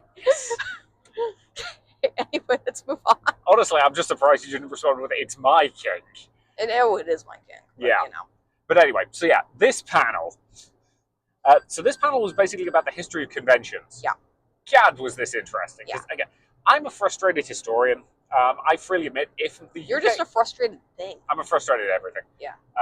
Like, if the UK educational system wasn't like so hyper focused the way it is, because for anybody not familiar, when you decide to go to university in the UK, you apply to a specific program, and you are going to do nothing but that program for 3 years. So I did nothing but mathematics for 3 years as my degree. It does mean we go to a pretty high level compared to Americans, but we're a lot less broad. And I freely admit, if I hadn't had to do that, I would probably have kept taking history to at least the university level, because I find history fascinating. So this was somebody who has basically just been researching the history of conventions, starting way back in the early 1900s. Yeah, and I don't know if you've noticed, but like, because I don't really ascribe to any particular fandom. I will admit I don't really care about like anime. I don't really care about comics. I don't really care about sci-fi. I like animals, but I don't really care about anthropomorphic animals. I do like steampunk. That's probably the closest. I'm a geek about cons. That's my thing. I am geeky about cons. I am obsessed with cons. I research cons. And this is just my MO. We have a podcast where we talk about cons. Like, I'm really into cons. I don't know if you noticed that. Just once or twice, yeah. Anyway, so like also as an academic, this was incredibly well researched. It did suffer a little bit from two, I think, problems. One, no projector. No projector, which meant that this person had a lot of slides. Yeah, and they all have really cool stuff on them. Like, lots of pictures of the first ever convention, the original Worldcon. Yeah. Like pictures of various people who were involved and were important and all that kind of stuff. But yeah, so he basically just had to turn his tablet around and like. And to be clear, it's on the con to provide a projector. Typically, like you don't expect your panelists to provide one. Yeah, no, that's just a thing that most cons provide. So yeah, that was definitely a downside. Like, I know several people. We were relatively far forward in that room. Yeah. We were having to like lean in and squint to do all that stuff. Anybody behind us didn't have a chance to be able to see much of those slides. Like, his presentation style was good enough that he got away with it, but it definitely did hurt him a bit. Yeah. I will say his presentation style was also fantastic, by the way. Yeah. Great. I guess there were actually 3 problems with this panel, none of which were like that. The only criticism I would have with him is just it's way too much material for an hour time period. Like, you've done enough research now that you need to break this up into like multiple sections where you're maybe talking about only elements of it, like history of cosplay or early history of conventions or history of furry conventions. Either that or get yourself an hour and a half time slot minimum, because you had to rush the end a bit. Which again, I'm gonna be honest, that actually it was an hour and a half time slot. Yeah. And it was still, I think it just needs to be broken up into more sections. Yeah. Because I don't, like, lecture panels are great. I will say, as somebody who teaches, an hour and a half without break is about as long as you can go and have an audience pay attention in the modern era. So I would advise breaking it up. I freely admit my brain was starting to get kind of dodgy. Mine was too. This might just be us. We are also people who, like, prefer lecture panels, I think, earlier in the morning. And again, like, my brain starting to go was by no means because the panel was bad. That was just I was very tired. Yeah. And this also, because it did start at 9, meant the party or late night aspects of the con were starting, which meant there was already a ton of noise in the hallway. Yep, it was very loud on that mezzanine. Yeah. So there was definitely some nosebleed coming into that room. Yeah. So I guess critiques for the con are, please, projectors, make sure stuff that's in a projector's room that needs it, and the mezzanine problems are going to continue, so maybe find separate places for party stuff if you can. Yep. Which is, again, the thing is, the like, having, like, a partyish vibe on the mezzanine that, like, filters down into the space below it actually works really well. Mm-hmm. It was just kind of dicking over the panel rooms. Yeah. But I get that there's not other places you can put the panel rooms, so Yeah. limitations there. And my one criticism for the person running the panel is just, you have so much good material here, dude. I want to hear it all sing. Like, these stories were amazing. I'm really hoping we could interview you for this podcast. Yes. We did talk to them a little bit about that. Yeah, we gave them a card. I've got one of their cards. I need to remember to reach out. I would love to do that. Yeah, I would love to just do an episode where we are just talking with you about the history of cons. Yeah, but now you have the very good problem, because they did talk about how they did this research over a very long time period and clearly been working on it forever. Now you have the very good problem of you have so much material that you can start dividing this into section and going into a lot more detail on just parts of it as opposed to trying to do the whole thing. Yep. So yeah. But yeah, fantastic presenter, fantastic researcher. Like, I adored this. Yep. You know, very, very good panel. Again, slightly screwed over just by, again, the timing and the lack of projector, but because this was in panel 2. Yep. So yeah. So at that point, we tapped. Yep. You know, you loitered in the lobby. I went and got the car and came and picked you up. Yep. We saw Alkali. As we were getting into the car. Yeah. Well, he saw us. We did not see him. Yeah. Because I was not paying attention to the random people smoking, because that's not normally something I need to pay attention to. I just heard this booming voice coming from somewhere warning you that your dress was sticking out the car. Yeah. You know, and I did, like, you know, roll down the window and say goodnight to him. Yep. Just as we went past. So yeah, back to the Airbnb. Collapse. Yep. I did not, because part of the reason that I ate food at the con space was I checked and there wasn't anything near to the Airbnb or on the route to the Airbnb that was convenient for me to hit up. You know, just because of kind of where it was and that kind of stuff. Because normally when we're conventioning, I will just hit fast food places on the way back to the Airbnb because it's easier. I should be better about it, but it's mostly just if we're getting home at 10 o'clock at night, I don't have the brain space to cook anything. That's valid. I'm sorry that I don't eat like normal human. So yeah, so we went back to the Airbnb. It both took us at least an hour to get. Yeah, we were just buzzed. I think at this point, I think there's just like there's something about the vibes of a furry con that we were definitely on at this point of just feeling like, you know, you belong and are included in a community is a very fun feeling. Again, it's interesting. Alkali was basically saying to us that day that, like, he adores this con because of, like, the vibes and the people and the fun and all of that stuff. And at that point, we weren't feeling it. Certainly by Saturday, we were. Yeah. Probably by the end of Friday. We were definitely buzzed. I think it was a combination of we were writing for the first time and just, you know, Who's Line went well, and we were having fun talking to people, and yeah, it took us a while to wind down. Yep. Like, I think I was in bed at like midnight. We got home at 10, which is late for me. So I did still have to eat, so I did that. And furry cons are nice because stuff doesn't really start till midday, so we could sleep in the morning. We could sleep in a bit. Yeah. Yeah. So I wandered out of what I thought was 7:30 the next morning. Turns out it was 8:30 because the clock on the microwave wasn't changed. Yep. So that was cool. Common problem anytime there's a clock shift. Incidentally, daylight saving sucks. Yeah. But yeah, it's fine. I haven't reset the clock on our microwave since the power cut. Yeah. Well, maybe we're not going to reset it till they remove the tree. Yeah. So in 2028, then it will finally be the correct time. Maybe. But yeah, so get up, get you dressed. What were you wearing yesterday? Well, we had a couple shenanigans. First, I think you finished writing and I finished writing because you had to do an emergency run to Walmart because continuing the trend, I guess this is the theme this year of us forgetting stuff in my makeup cabinet. Mm-hmm. We forgot eyeliner, which was both our faults. It was my fault because I didn't think to remember when I was doing my checklist. It was your fault because you moved it somewhere it wasn't supposed to be. No, it wasn't that. It was I bought you a new one. Yep. It got put on the coffee table in the living room and it's still there. Which meant it didn't get moved to the bathroom where you keep your makeup. Yeah. We have now purchased an actual makeup bag. Yes. So, rather than using a carrier bag. We needed to stop doing that. Yeah, we definitely did. So there is an actual makeup bag that should be wending its way to us and should hopefully be here this week. Yeah. So that should hopefully be a problem that fixes itself That does mean we're going to have to organize all of your makeup at one point this week. Hooray! Ha ha ha ha ha. I ain't doing that. Really? Really? I don't know what most of it is. I need you to know where it is so you can find it. Well, I did tell you when you went to Walmart that morning to just do your best. It's not that hard to find to freak you out. Yeah. Because anytime any woman in a heteronormative relationship says to their partner, it's not that hard to find, it means it's part of this secret world that you have no idea how it works. Yeah, here's the thing. It wasn't actually that hard to find. It did take me goddamn 10 minutes to get at it because this was one of those Walmarts where they keep the makeup behind perspex and you need a staff employee to open it. Seriously, stop doing that. This was not an expensive eyeliner either. I think It was like $3.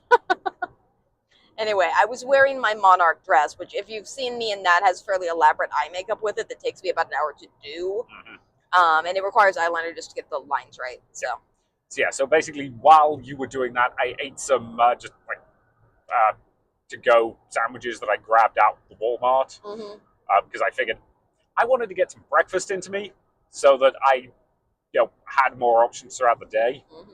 Because again, like food availability at this con wasn't bad, but from what I hear, if you wanted to go to the actual restaurant that was down in the lobby, the waits were over an hour. Yeah. So yeah. We did that. We got you dressed. Got in the car, got down to the con. I dropped you off. I parked. 20 minutes later, 20 minutes after I dropped you off, I was there with you. And again, like good vibes, good atmosphere, good energy. Like people were already starting to, have the party con vibe to a certain extent. So what was the first thing we did that day? Who is that pocket monster? Ah, yes. Who is that pocket monster? So as you can probably surmise, this was a Pokemon-themed quiz. Sort of Jeopardy style, sort of not. Insofar as they had what I would dub a Jeopardy-style grid. Yep. Which I like the theming on this, where they had different categories, and then you would pick the type of ball. So Pokeball, Great Ball, Ultra Ball, Quick Ball, Master Ball were like the tiers of difficulty. And they had different, questions or different categories of questions. Some of which were really creative. Like I showed my mother a picture of a Pokemon for 10 seconds, and then after taking the picture away, asked her to describe that Pokemon to me. Here's a picture based on what she said. What Pokemon is it? Like that is a creative round. Yeah. I think there was exactly one of those questions that somebody got right, but it was funny. Yeah, a lot of the wet rounds were like this, one of which was like Pokemon pun titles and like coming of age films to keep on theme with the con. One was just what was the host's favorite Pokemon. Yep. Yeah, it was very fun. It was about the right level of like actual trivia mixed with shenanigans, which I like a lot, and the design of the PowerPoints were phenomenal. They were. And because this was in panel room 1, it actually had a projector. Yep. The only thing I will say was because of how much manipulating of PowerPoint, I think it was on Canva actually, the host needed to do, it did lead to a certain amount of like starty-stoppy. If possible, my recommendation to fix this would be, you are a very good host for this trivia. You should do this, but I might want to recommend you have somebody else running the laptop. Whose primary focus is on that, so you're not splitting your focus between the two things. And again, like the method of picking who was going to be taking part was quite fun, because they basically said, okay, fire type, water type, grass type. Again, the classic Pokemon starter trio. Who can show me without burning the con space down something that represents fire? Cool, you get to be our fire player. Who can represent water? Water ball goes up in the air. Excellent, you can represent water. Who can represent grass? Keeping in mind this is an all-ages con. This was a cute way of getting people up to volunteer. It was. And it was enough, like, I did appreciate that, like, it was trivia that pretty much anyone could do. Like, you had to know some basic knowledge of Pokemon, but even if you're like us, who I don't think I've played Pokemon games in quite a while, you could still have played and done fine. Done fine is a strong... Well, like, it was tricky enough, or dumb enough, that there were, like, some categories. Like, one of them was just, like, which thing did I pick on this board? Yeah, that's true. So, it was fun. I liked it a lot. Yeah. And it had a bizarrely good prize, I think just because this person wanted to get rid of a 3D printer for some reason. Yeah. They were just like, yeah, if you want the 3D printer, you can just like come up to my room and have it. I'm like, okay. And I'm just sitting there thinking, do you think they're going to harvest that person's organs? That person is way too nice to harvest anyone's organs, at least without consent. Probably. But yeah, like, so no, this panel was great. This was also their first ever time doing a panel. Mm-hmm. Like, you've got serious potential. Like, couple of niggly things to work out. Which, as I say, like, most of the issues with this panel could just be sorted by having a co-host there who's able to work the PowerPoint for you or work the camera for you. Oh, sun just set. Like, other than that, absolutely fantastic. Like, this was a hoot. Yeah, and the amount of effort you put into this is just fantastic for what this is. Because it's so easy to do trivia panels and just be kind of lazy with the questions. I've seen some fantastic trivia panels the last few weeks. It's just amazing. Yeah.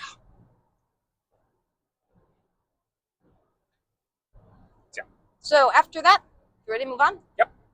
We decided to go over to the tabletop room again. Ah, yes. Because we knew we had a bit of time to kill in the middle of the day because the fursuit parade was going to be on. Yeah. Specifically, the fursuit parade was going to start their line up in the ballroom at 12:15, and the actual parade was going to be at 1. Yeah. Fursuit parade is exactly what it sounds like.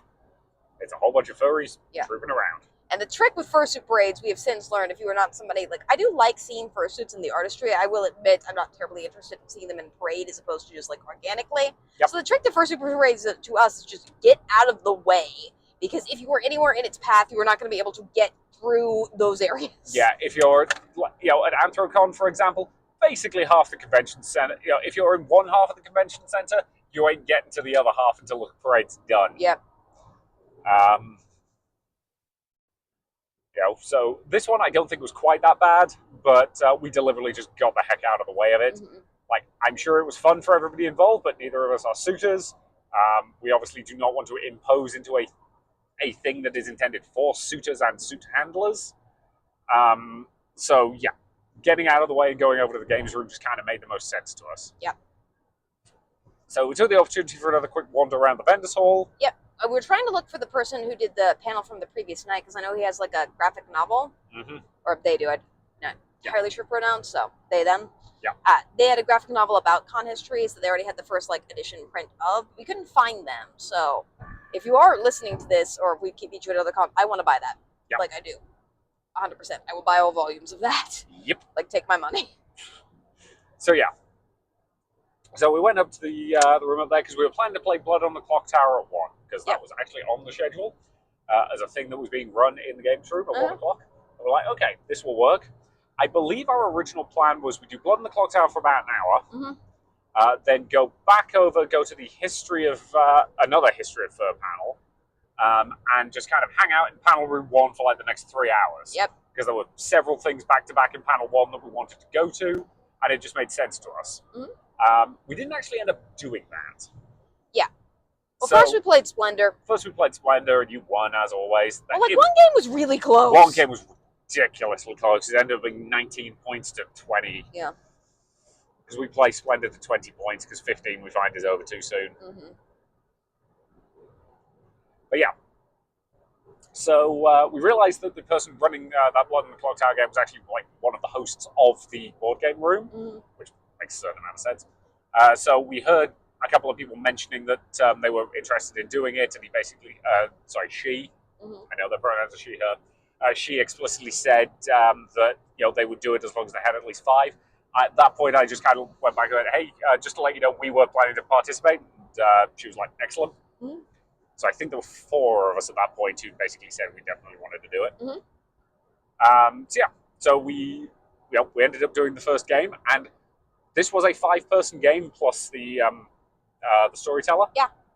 5-person game of Blood on the Clock Tower. Very interesting. Yeah, it's definitely shorter, obviously, but I think it works well, and it's actually, in terms of it being a logic game, which I've heard some people describe it as opposed to just pure bluffing game, I think it actually does work better at a logic game with this. Yes. And I will also say I really liked her a lot as a storyteller. She was very much our vibes in terms of how she storytold. So. Yeah. And you and I, for the first time, got to both be evil. That was fun. I was your spy. Yeah. And I will say, particularly as evil, it's hard to win in a 5-person game. Yep. So yeah, we Yeah, managed you to do ended it. up killing yourself. Yep. I Which star is a- passed. It's Yep. a thing you can do as the dim. Yeah. I did it partially because I actually did think it was a good move. I did it partially just because it was cool. And I Yeah. thought it would be fun for you. Yep. Yeah, that was fun. And when we were about halfway through that game, a group of other people turned up. And they were basically told, "Yep, we're about halfway through this game. It probably won't take too much longer because it's a fairly small game. Yeah. If you're prepared to wait, then you are very welcome to join in the next one." Which again they basically just grabbed a table and waited for us to finish that one. Yep. And we were trying to figure out what we wanted to do at that point. Did we want to do another larger game, or did we want to leave at that point and go over to the Furry history panel? Yeah. And I was thinking we already done a Furry history panel, and I actually really like this Clock Tower host, and I got good vibes from these new people who were showing up. And we've never really played Clock Tower at a Furry con before. Yeah. It was almost like perfect. Because I will say Blood on the Clock Tower is a good game. It sings when it's in that 8 to 12 person range. Yes. Like, it just sings when it's in this 8 to 12 person range. Yeah, it theoretically runs 5 to 15. We've seen it run with a group of nearly 20. That was a headache and a half. That was a headache and a half. You have to basically just added a bunch of additional traveler rolls to make that work.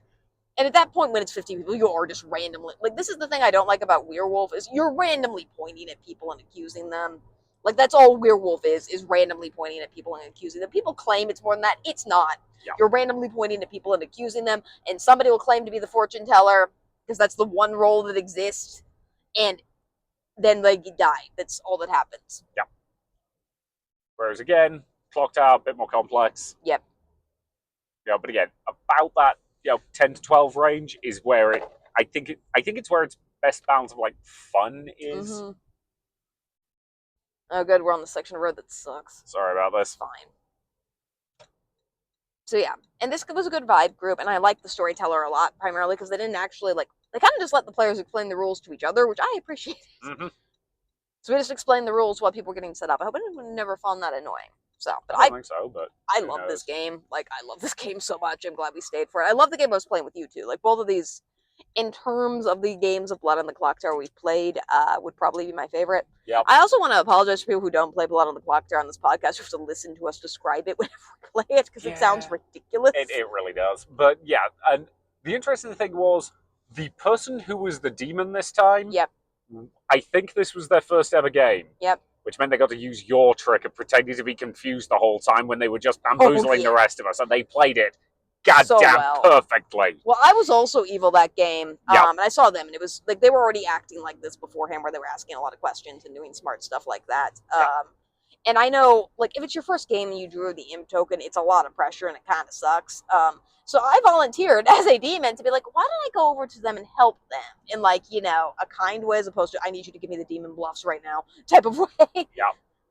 Which I did. Yeah, because you were one of the minions. Yep. The poisoner? I was the poisoner. Yeah. Which allowed for some kills to like, I thrive as a minion. Yep. It's like my go-to role. Whereas I got the goddamn virgin again. This is the thing.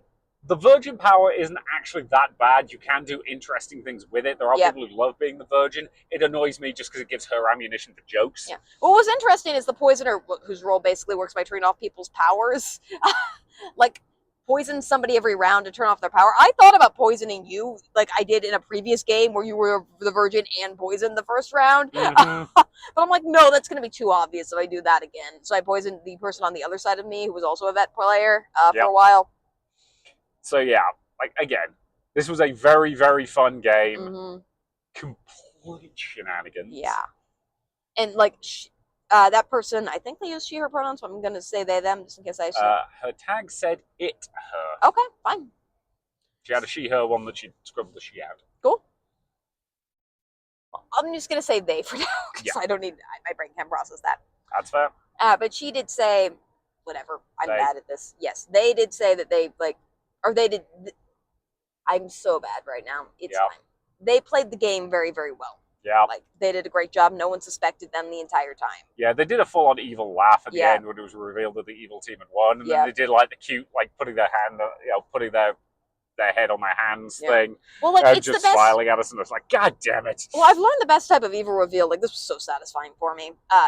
the best type of evil reveal is the evil reveal where everyone is confused. Yep. And no one knows who's on the evil team even after it's done because of how confused they are. And that was that type of game in the best type of way. Yep. Yeah, who was the other evil player? It was the person, they were playing a more low-key game where they were just like, oh, yeah, it was that person. Yeah. Yeah. Well, like, I'm surprised no one caught on to them because they claimed like 6 or 7 different roles through the course of the game. And I'm just like, okay, you We're do bad you. at talking to each other. Yep. But it was nice to just like kind of,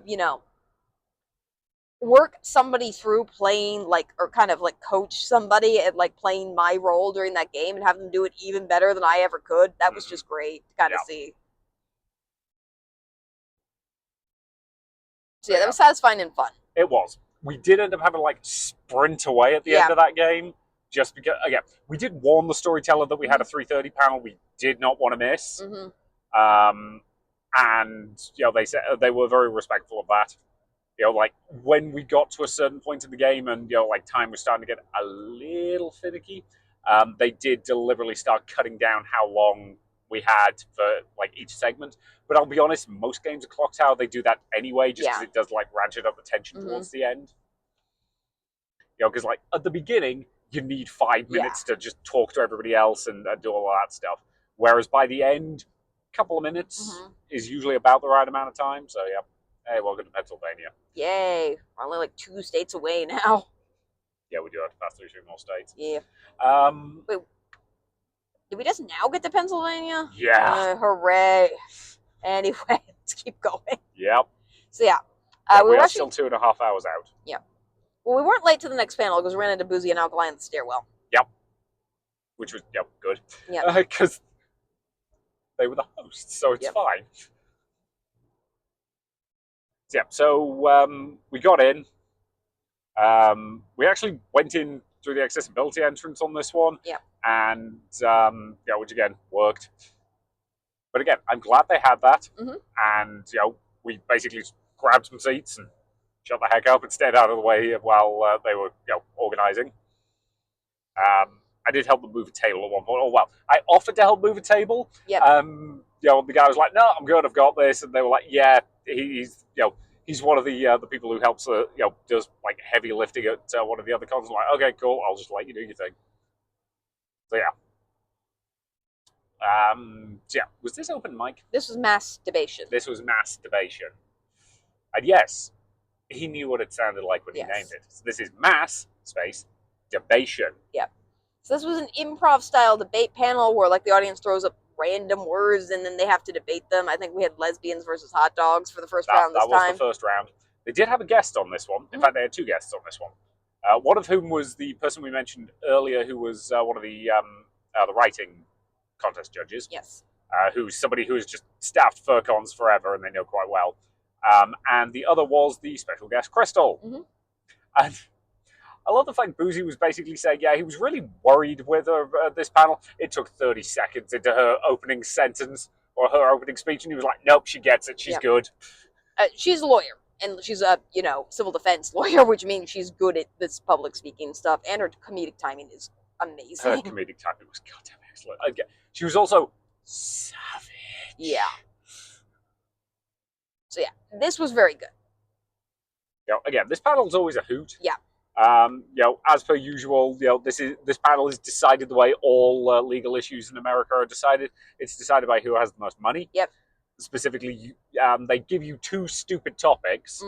The 2 teams debate against each other, and then the audience decides who won by voting with dollars, and the dollars go to the charity. So that's this panel's always an absolute gas. So yeah, a lot of very silly arguments. The person for the writing panel did have to leave halfway through, so they took a volunteer from the audience. Yep. You did volunteer. The person they got from the audience was somebody who'd also been doing a bunch of stuff in his line, and I think Alkali picked them very deliberately to give them the opportunity of that slightly longer form, like improv-y, style. Yeah. For lack of a better phrase. Yeah, I could overhear them coaching them a little bit, which valid. Oh yeah. Yeah, although I will say, like, I'm 100% fine for not being chosen. I'm kind of bitter that, like, because at this point we actually have been recruited to do most of the improv events at FurryCons except this one, which is annoying because it's the one that I most want to be able to be recruited to do because I want to be good at it. This is what I do. I'm a philosophy professor. I can do this in my fucking sleep, and I'm not supposed to curse. That's your one curse word per episode. Like, I just want to do this one so badly. Yeah. Like, I want to emphasize I'm not in entertainment, and I should not assume myself to be entertainment and all that jazz. That said, if you were ever looking for anyone, I will say yes faster than I said yes to him for marriage. Like, you know, that. Yeah. For this panel, not for other stuff, you freaks. Again, this is a panel you would be very good at. Yeah. Like, again, you are a philosophy professor. You're used to debating weirdness. Yep. At least in part because students will sometimes just ask you the weirdest questions and you have to roll with it. Well, it's just like one of those things for when you're lecturing, you do have to fill a certain amount of time. And to do that, you actually have to do pontificate on the same point for a fairly long period of time. Because, fun fact, students in the classroom aren't always paying attention, so you have to say the same thing like 4 or 5 different ways. Yep. And I can do that about pretty much anything. So Yeah. It's something I want to do. And, like, I don't feel nervous at all to do because of how much I have practice at it. Yeah. So, yeah. If you ever need a volunteer for this panel, she'll do it. In a heartbeat. I'll also do it, but I won't be as good as her. Yeah, but your accent carries you anyway. This is true. So yeah, so again, masturbation. And I want to emphasize this person was also fantastic at it, particularly if it was, I think, the first time even doing this style of panel. Yeah. And 3 minutes is a long time to talk continuously if you're not used to doing it. Yeah. So yeah, they did a great job. Panel was absolute hoot. I adore Crystal so much. Like, I hope I see her future cons. Yeah. She was great. She was. You made some very questionable comments about her later. We're not talking about that. That is rude and wrong. I love how like awkward that made you. Anyway. Yeah, huh? So yeah. But no, again, masturbation is always a great panel, a great time. Everybody has fun at it. So yeah. Again, only issue, this room was packed. Yep. Like, this room was, straining at the gills again. But other than that, like, yeah. So yeah. So after that, then it was Improv. open mic. Yeah, or open mic, which, as I mentioned before, is like weirdly the only form of like comedy on stage that I get nervous to do. I think just because I have the least amount of practice at it compared to other stuff. Like improv, I can do. Masturbation, I could do in like 2 minutes. Yep. Not that the other one that actually does take me longer, but the panel. God damn it, Poozy! Why did you have to name that panel that? Actually, I know exactly why you did it because it's funny. That got you though. Yeah, well played. But yeah. So the way that Alkali's open mic panel works is very simple. He has a deck of playing cards, and if you are interested in volunteering, you take a playing card. Yep. He puts the corresponding playing card into the hat. So specifically, if you draw the red, the King of Diamonds, he puts the King of Hearts in the hat. These were presidential playing cards for whatever reason. Yep. He's very proud of the fact he got him in 2016, so there isn't anybody after. I'm proud of the fact that we got 2 Ohio presidents. Yeah, this I got is true. Rutherford B. Hayes. Yeah. We got Andrew Garfield. I had Garfield. Yeah. But yeah, so basically, simple enough method of doing a random draw. Which again works quite well for an open mic. So it's basically a case of he will, once everybody who wants to participate has their card in the hat. He will then reach in, pull out a card. I've gone on like a very deep dive now about like why certain presidents were assigned certain cards because it's not in chronological order. Given that well, like our cards were next to each other. Like it was 8 and 9. Yep. Like unless we're doing like we did 7 and 8. Yeah, 7 and 8. Well, I guess there were like 4 in between, so maybe that's. I'm gonna look it up. Anyway, go on. Okay, okay, she's looking it up now. But yeah, so yeah. Your name gets pulled out of the hat, or your card gets pulled out. You then basically go up. You get given the microphone. You get 5-ish minutes. Like as I said, they were timing. It's not like they were going to drag you off stage, but basically the way they were doing it is when you had about 30 seconds left, they would indicate that to you that you should probably be looking to wrap up. Yep. And if you went a little bit over, not the end of the world. Yep. Which is about the right balance to strike on something like that. Just again, don't abuse it. Basically, don't talk for 15 minutes. Mm-hmm. Which nobody did, for the Yeah. record. Everybody was very good about respecting the time. Yeah. And they give you tips, but the tips are mostly like, you did a fantastic job, maybe like punch up a little bit in a couple places. Yeah, like again, the feedback is extremely positive, very compliment sandwichy. Like, this again is just Alkali goddamn loves bringing people out of their shell and getting them to do this stuff, and just like reminding them how awesome they are. Yep. Like, he's an aggressively wholesome person in really weird ways. Yeah. Like, he will absolutely let you share some weed with him, whether or not it's legal in that state. But he will also like be the most positive, aggressively positive person. About just like making sure everybody's having fun and having a good time. So yeah. So you and I both knew roughly what stories we were going to tell. Yeah, we debated a few. Yep. I contemplated one that involves a drunken night out in York where I got propositioned. Actually, in fact, I have a few stories about getting propositioned on nights out in York. I could have told one of several. In fact, I probably would have like paired several of them together. I wouldn't have. So when you're doing stand-up comedy that's based about like stories of your own life, you can basically just like combine multiple events and claim they happened at the same time. Yeah. That's fine. You can also just pair them and say, so that's not the only time nonsense like that happened, and then transition into another one. Yeah. Both are fine. Yeah. Like, you're telling stories, you're telling tall tales, you don't have to be 100% factually accurate. Yeah. That's what punching up ultimately is trying to make the story work a little bit more. Sometimes you kind of have to rearrange the events a little bit for it to work. Yeah. So yeah, in this case, like I said, that you said I love you on the day that I got my job interview or had my job interview, and in reality, you told your parents about me on that day. Yes. But it worked better for your story to lead into that. So I whispered to you to get your consent to change that, primarily because I was worried that it'd be embarrassing that you said that, but it was cute. So it was cute. So yeah, technically it was my card that got pulled, but when we do this, we usually know which of us wants to go first. Yep. And whichever of us wants to go first for whatever reason, we just hand them the card that gets pulled. Yep. Yeah, I think it's actually worked both ways. Where the first time we did this, you went, and then the second time we did this, I went first, and then I also went first this time, just because it made sense, because we were actually telling like stories that work together. Yes. And then we were like, well, we'll just wait for that other card to get pulled. Hopefully it will. Yeah, sometimes it doesn't. Alkali does try to get through everyone. Yep. We did time it pretty well. I only think there were 2 people remaining, and one of them was the person who was doing masturbation earlier. The panel. Yep. God damn it, Boozy. But yeah. So you did your bit. Yep. Where you were basically talking about your like job interview at your current place. Yep. And all the various shenanigans that were revolving around that.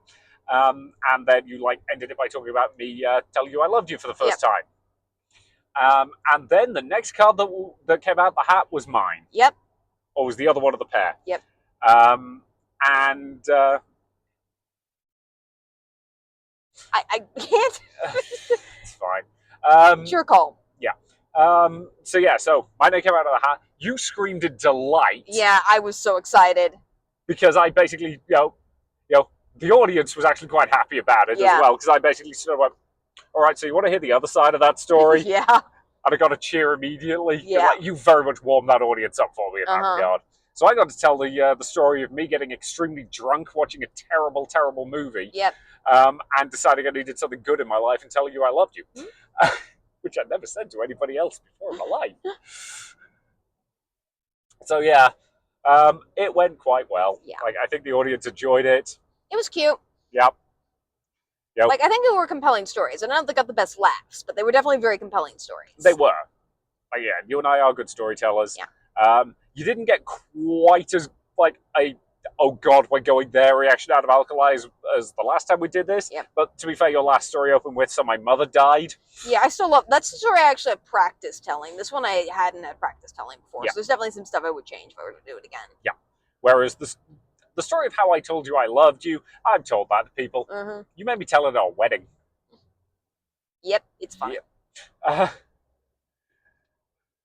So yeah, and yeah, like Alkali was extremely complimentary of both of us after that. Like, I want to clarify, he's complimentary of everybody who has the nerve to get up and do this. But yeah, like I love doing this panel. It's great fun. I I will admit also, like, the fun of me, particularly with Alkali's panels, is just watching how much fun he's having doing this. Yeah. Like, he is somebody who just, as I have repeatedly said, he adores just getting people out of their shells, and, like, showing them that they can be more. Does that make sense? And getting them to express their creativity, whatever else. So yeah. So after that, we were still in that room for another hour. Was that? That was Otherworldly Stories with Alkali and crew. Ah, yes. This was them talking about LARPing. Yeah. So LARPing is not something we do, mostly for, like, we don't really have the time. It's a combination of we don't really have the time, and I do worry for me there are a lot of questions of access with LARPing in particular, just because it is a lot more strenuous than, like, tabletop roleplay. Yeah. Which I did appreciate they actually did talk about a little bit in this panel, and, like, how that's handled in con, or, like, during LARPs generally, but that's, like, my biggest thing. Is, like, I can't really sleep in a tent. Like, that's just not happening. Yep. Like, it just won't. I am sorry. Yep. And, like, there's elements of LARP that are very physical and combat focused. It came out in that panel that you did HEMA and stuff like that. And I'm not really interested in combat based LARP, particularly as kind of a smaller petite person with a disability. Like, you're not gonna win most of those battles because they are somewhat based on how physically strong you are, or not physically strong, just dexterous. Yeah. I'm the most dexterous person. So I have always been interested in, like, how much I would like it. My other issue with it is, generally with any LARP, you're going to be entering in, like, it's not going to be their first session ever, or there's no session 0, so there's just a bunch of, like, backstory that you don't know. It's kind of hard. Yeah. Now, granted, if it's the right group and you're doing it the right way, that's not necessarily a problem. Like, for example, Vampire the Masquerade, if you are a new player character coming in, generally speaking, you are coming in as a fledgling who has just been sired. So, in character, you know diddly dick about the vampire world, which gives every other character there a good excuse to actually explain stuff to you in character. Yeah. Whereas other LARP systems doesn't necessarily make as much sense for people to be explaining the basics to you, but at the same time, like, they understand that they have to do that, and there are ways to do it either in or out of character. And, like, you can always go to one of the, I don't know what the official term for them is. They just will refer to them as plot. I'm assuming it's like storyteller or plot master or whatever. You can just go to one of them and ask them questions, and they will happily answer whatever you want. Yeah. Some of it, they might be like, I'm not going to tell you that because your character wouldn't know it, and you could be like, okay, fair enough. Yeah. But generally speaking, they are happy to help new people. Like, they want more people to be doing this. Yeah. Yeah, if I was ever going to do it, I think I honestly would probably do it as just an NPC or something like that, because I think I would enjoy the acting challenge of that a little bit more and not having to worry about, like, not knowing what was going on. Yeah. They did freely admit that that's actually the way a lot of people start. And the other thing is, like, LARP, generally speaking, costs money. To be an NPC usually doesn't. Yeah. Because you are there helping make the story work for the people who are paying for it. And that is it's a good way to learn stuff without, like, the pressure of having paid for it and all the other stuff. So, because again, we have done some LARP before, but we've done, like, small scale con LARP. Yeah. Like 20 people, 20 people at most in a room with a single scenario that you're going to play out one time, as opposed to the kind of LARP they're talking about, which is we're going to get together for a weekend, we're going to have a massive battle in the woods, and it's going to be a great time. That is much like weird statue. That statue is so weird. Yeah. It was of, like, deer and stuff like that. Yeah. So, yeah, I do know, like, this is a difficult panel for us to, like, review just because, like with a lot of comedic panels, it's typically the comedian stories, and those stories are generally best told by those comedians and not us. Yeah. That said, I did like that they talked about, like, the specifics of LARP a little bit, and they did answer some questions I had through the panel, because I was going to ask them if there was time for it, which there wasn't, because they definitely ran over their time slot on this one, about, like, accessibility and stuff like that in LARP, and how it's handled for people who maybe don't want to do combat. To which the answer basically boiled down to, it varies wildly from system to system, but they were basically saying the system they are currently playing with, they think is significantly better for accessibility and people who don't want to do combat than some other systems, which I can absolutely believe. So yeah, again, LARP is, like, I've got friends who LARP. I do not doubt for a second that it is fun. It's just not something I ever had like the time or the money. Yeah. Well, it is something for which they said it's about like somewhere between $50 and $100 for like a LARP weekend if you're paying for the experience, which is what we spend on cons every weekend. It so is. if we wanted to do it and review it on the podcast, maybe it's something we'll consider in the future. Maybe. But I can't camp. I just can't. No, absolutely not. Yep. So if there's a way to do it without camping. Yeah. And I'm also not going to do any sort of LARP where like people can storm into my tent and wake me up, which I know some of them do. Yep. That's just a hard no for me. If I am sleeping, you're leaving me the heck alone. Yep. Which, in fairness, they did say a lot of LARPs don't do that anymore. Yeah. Or they have, like, separate sections where it's like, if you're in this section, you are cognizant of the fact that somebody might come to wake you up in the middle of the night. If you're in this section, we ain't bothering you. Once that door is closed, it is closed. That is respectful. So, yeah. But they did warn that, like, a lot of LARP stuff does happen at night. Mm-hmm. Like, if you go to sleep before midnight, you might miss some plot. So yeah, again, it's not something I would ever say never to. Mm-hmm. It's just I also have no idea how far we'd have to travel to go to a LARP event. Yeah. There's some stuff that's close because I've looked at groups in Cleveland that did something. They were supposed to do like a castle banquet thing that didn't seem combat focused, but then they wound up canceling that weekend, so we didn't wind up going. But I'm still in their Facebook group. I think just because they haven't kicked me out. Yeah, that's fair. Yeah, this was fun. Obviously not going to tell any of the stories because they're not ours to tell. Yep.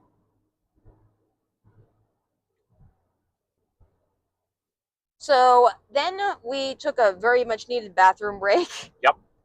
Which involved going over to the other building to find a quiet bathroom. Yeah. The mythical quiet con bathroom. We did eventually find it. It just took until Sunday afternoon. But it was there when we needed it. It was there when we needed it. We'll talk about that when we get on to that point. So, yeah. So, ran over to the other building, took a bathroom break, came back over. What was the next panel? Boozy's Legal Funhouse. Ah, yes. So this was on the main stage. Boozy's Legal Funhouse is I'm not even going to attempt to do his opening spiel. Yep. It's a podcast. Specifically, it's Boozy and Alkali talking about... Which we appreciate, because their audio quality is about the same as ours. Somehow. Yeah, guys, we record our podcast in our car, and somehow our audio quality is almost as good as yours. That's mean, and I'm sorry. But yeah. So yeah, it's basically a podcast in which they talk about legal matters. Alkali knows basically nothing about the law, whereas Boozy is a practicing lawyer. So it's got that classic podcast format of expert explains thing to layperson, which is a fairly popular podcast format for one simple reason. It works. Can we just appreciate that we are now a podcast that's reviewing another podcast, all of which is being recorded by white people? Podcastception!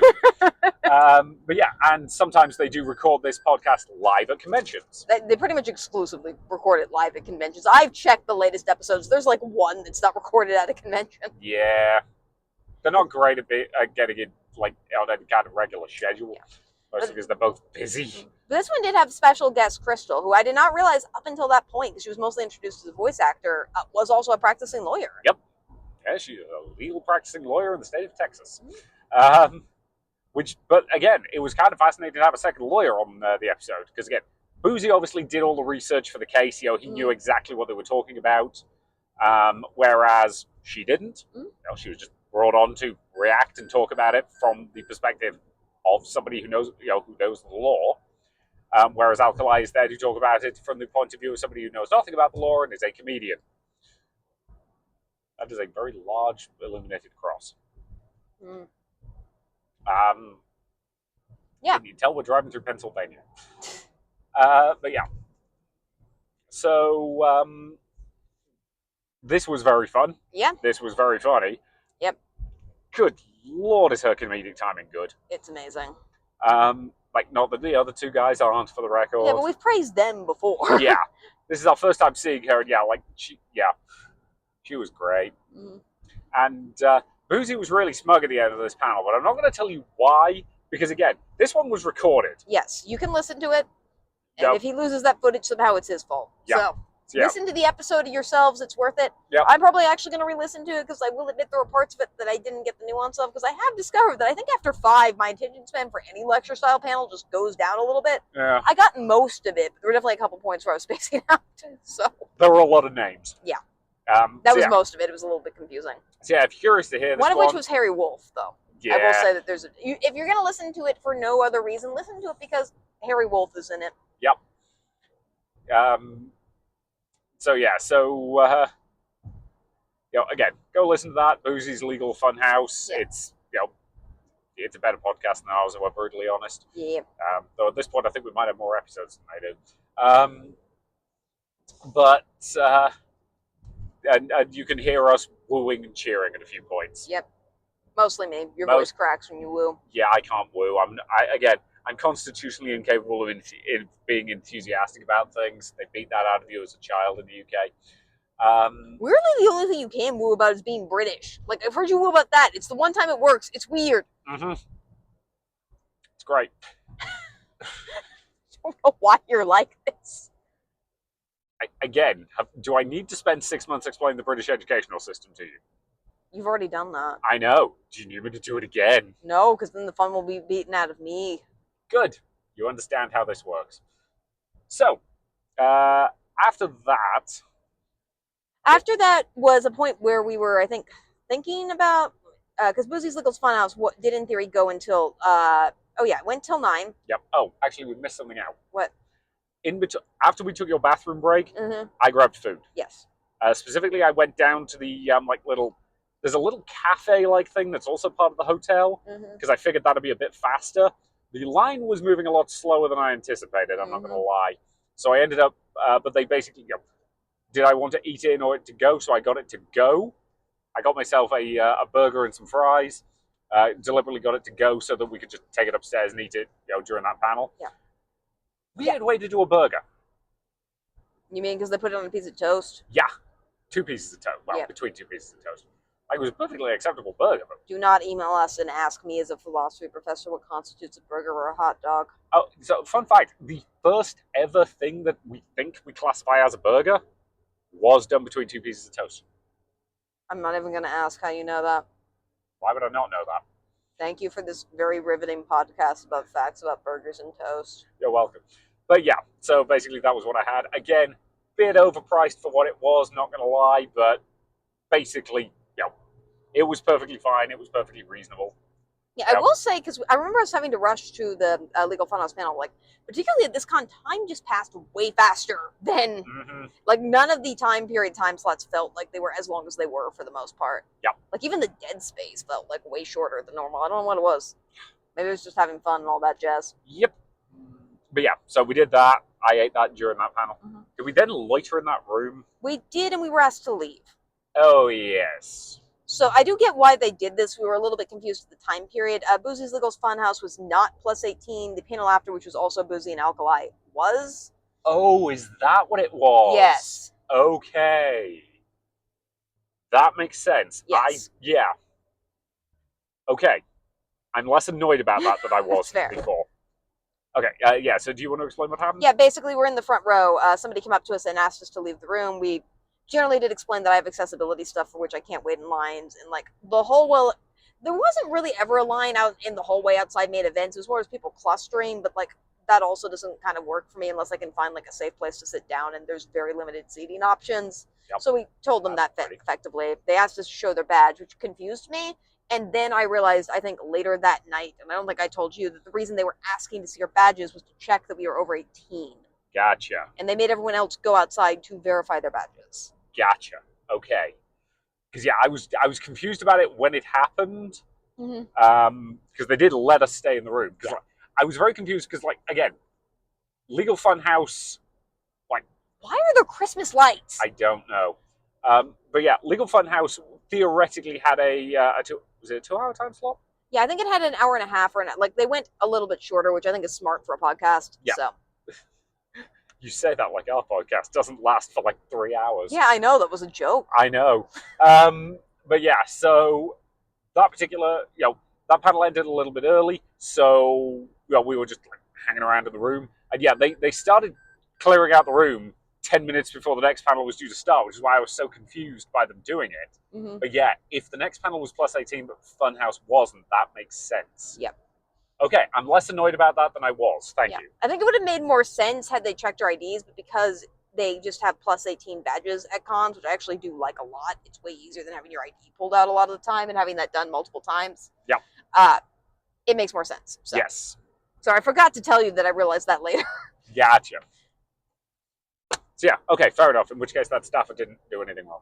They didn't do anything wrong generally. One thing I will say though is, just because other furry cons have been so accessible, I do want to encourage furthermore to also be a little bit more accessible. At other furry cons, if you have accessibility stuff on your badge, they know that you're exempt from room clearing in circumstances like that, because that's stuff that they just allow as benefits for people who are disabled. And it would be great if you guys could collaborate maybe with other cons that have a system or ADA accessibility a little bit more pronounced. I think that would be really great, just because furry cons are way ahead of that than most other cons, and I would love to see you guys kind of join that movement a little bit. Yeah, was it? Which one was it? Was it MCFC that we thought did a fantastic job of that? MCFC did it, IFC did too, and both of them had policies about how you didn't have to clear rooms if you were disabled, which is really awesome. Yes. So yeah, like, little tweaks, little changes, but yeah, okay. The only thing I would say was, like, if that staffer had been a little more, like, had told us the reason why they were doing that, it would have been clearer to us. Yeah. That's not a major problem. That's just a, And we want to emphasize that staffers are volunteers. Oh, yeah.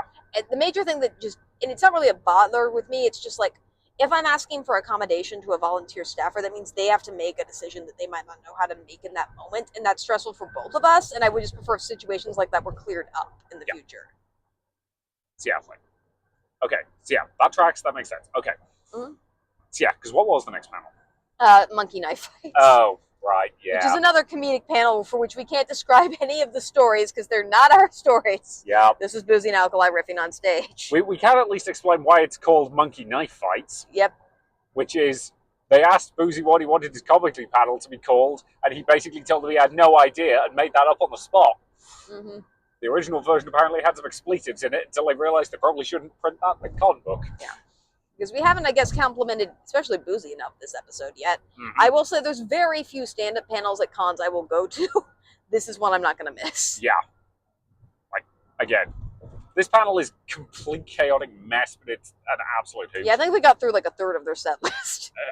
Who knows? Oh, also this one had an interesting thing. The charity was there. The charity, most fur cons have a charity. I actually like this one didn't have an animal charity, but was instead doing a trans charity. Yeah, LGBT. Yes. You know, plus center specifically. Sorry, I didn't mean to exclude the other acronym letters. Yeah. But yeah, they're a center that helps LGBTQ youth and their families in the area, which is really awesome. And I'm really glad to see this as a partnership. Not that I don't also love animal rescues, but I really love to see this type of partnership too. Yeah.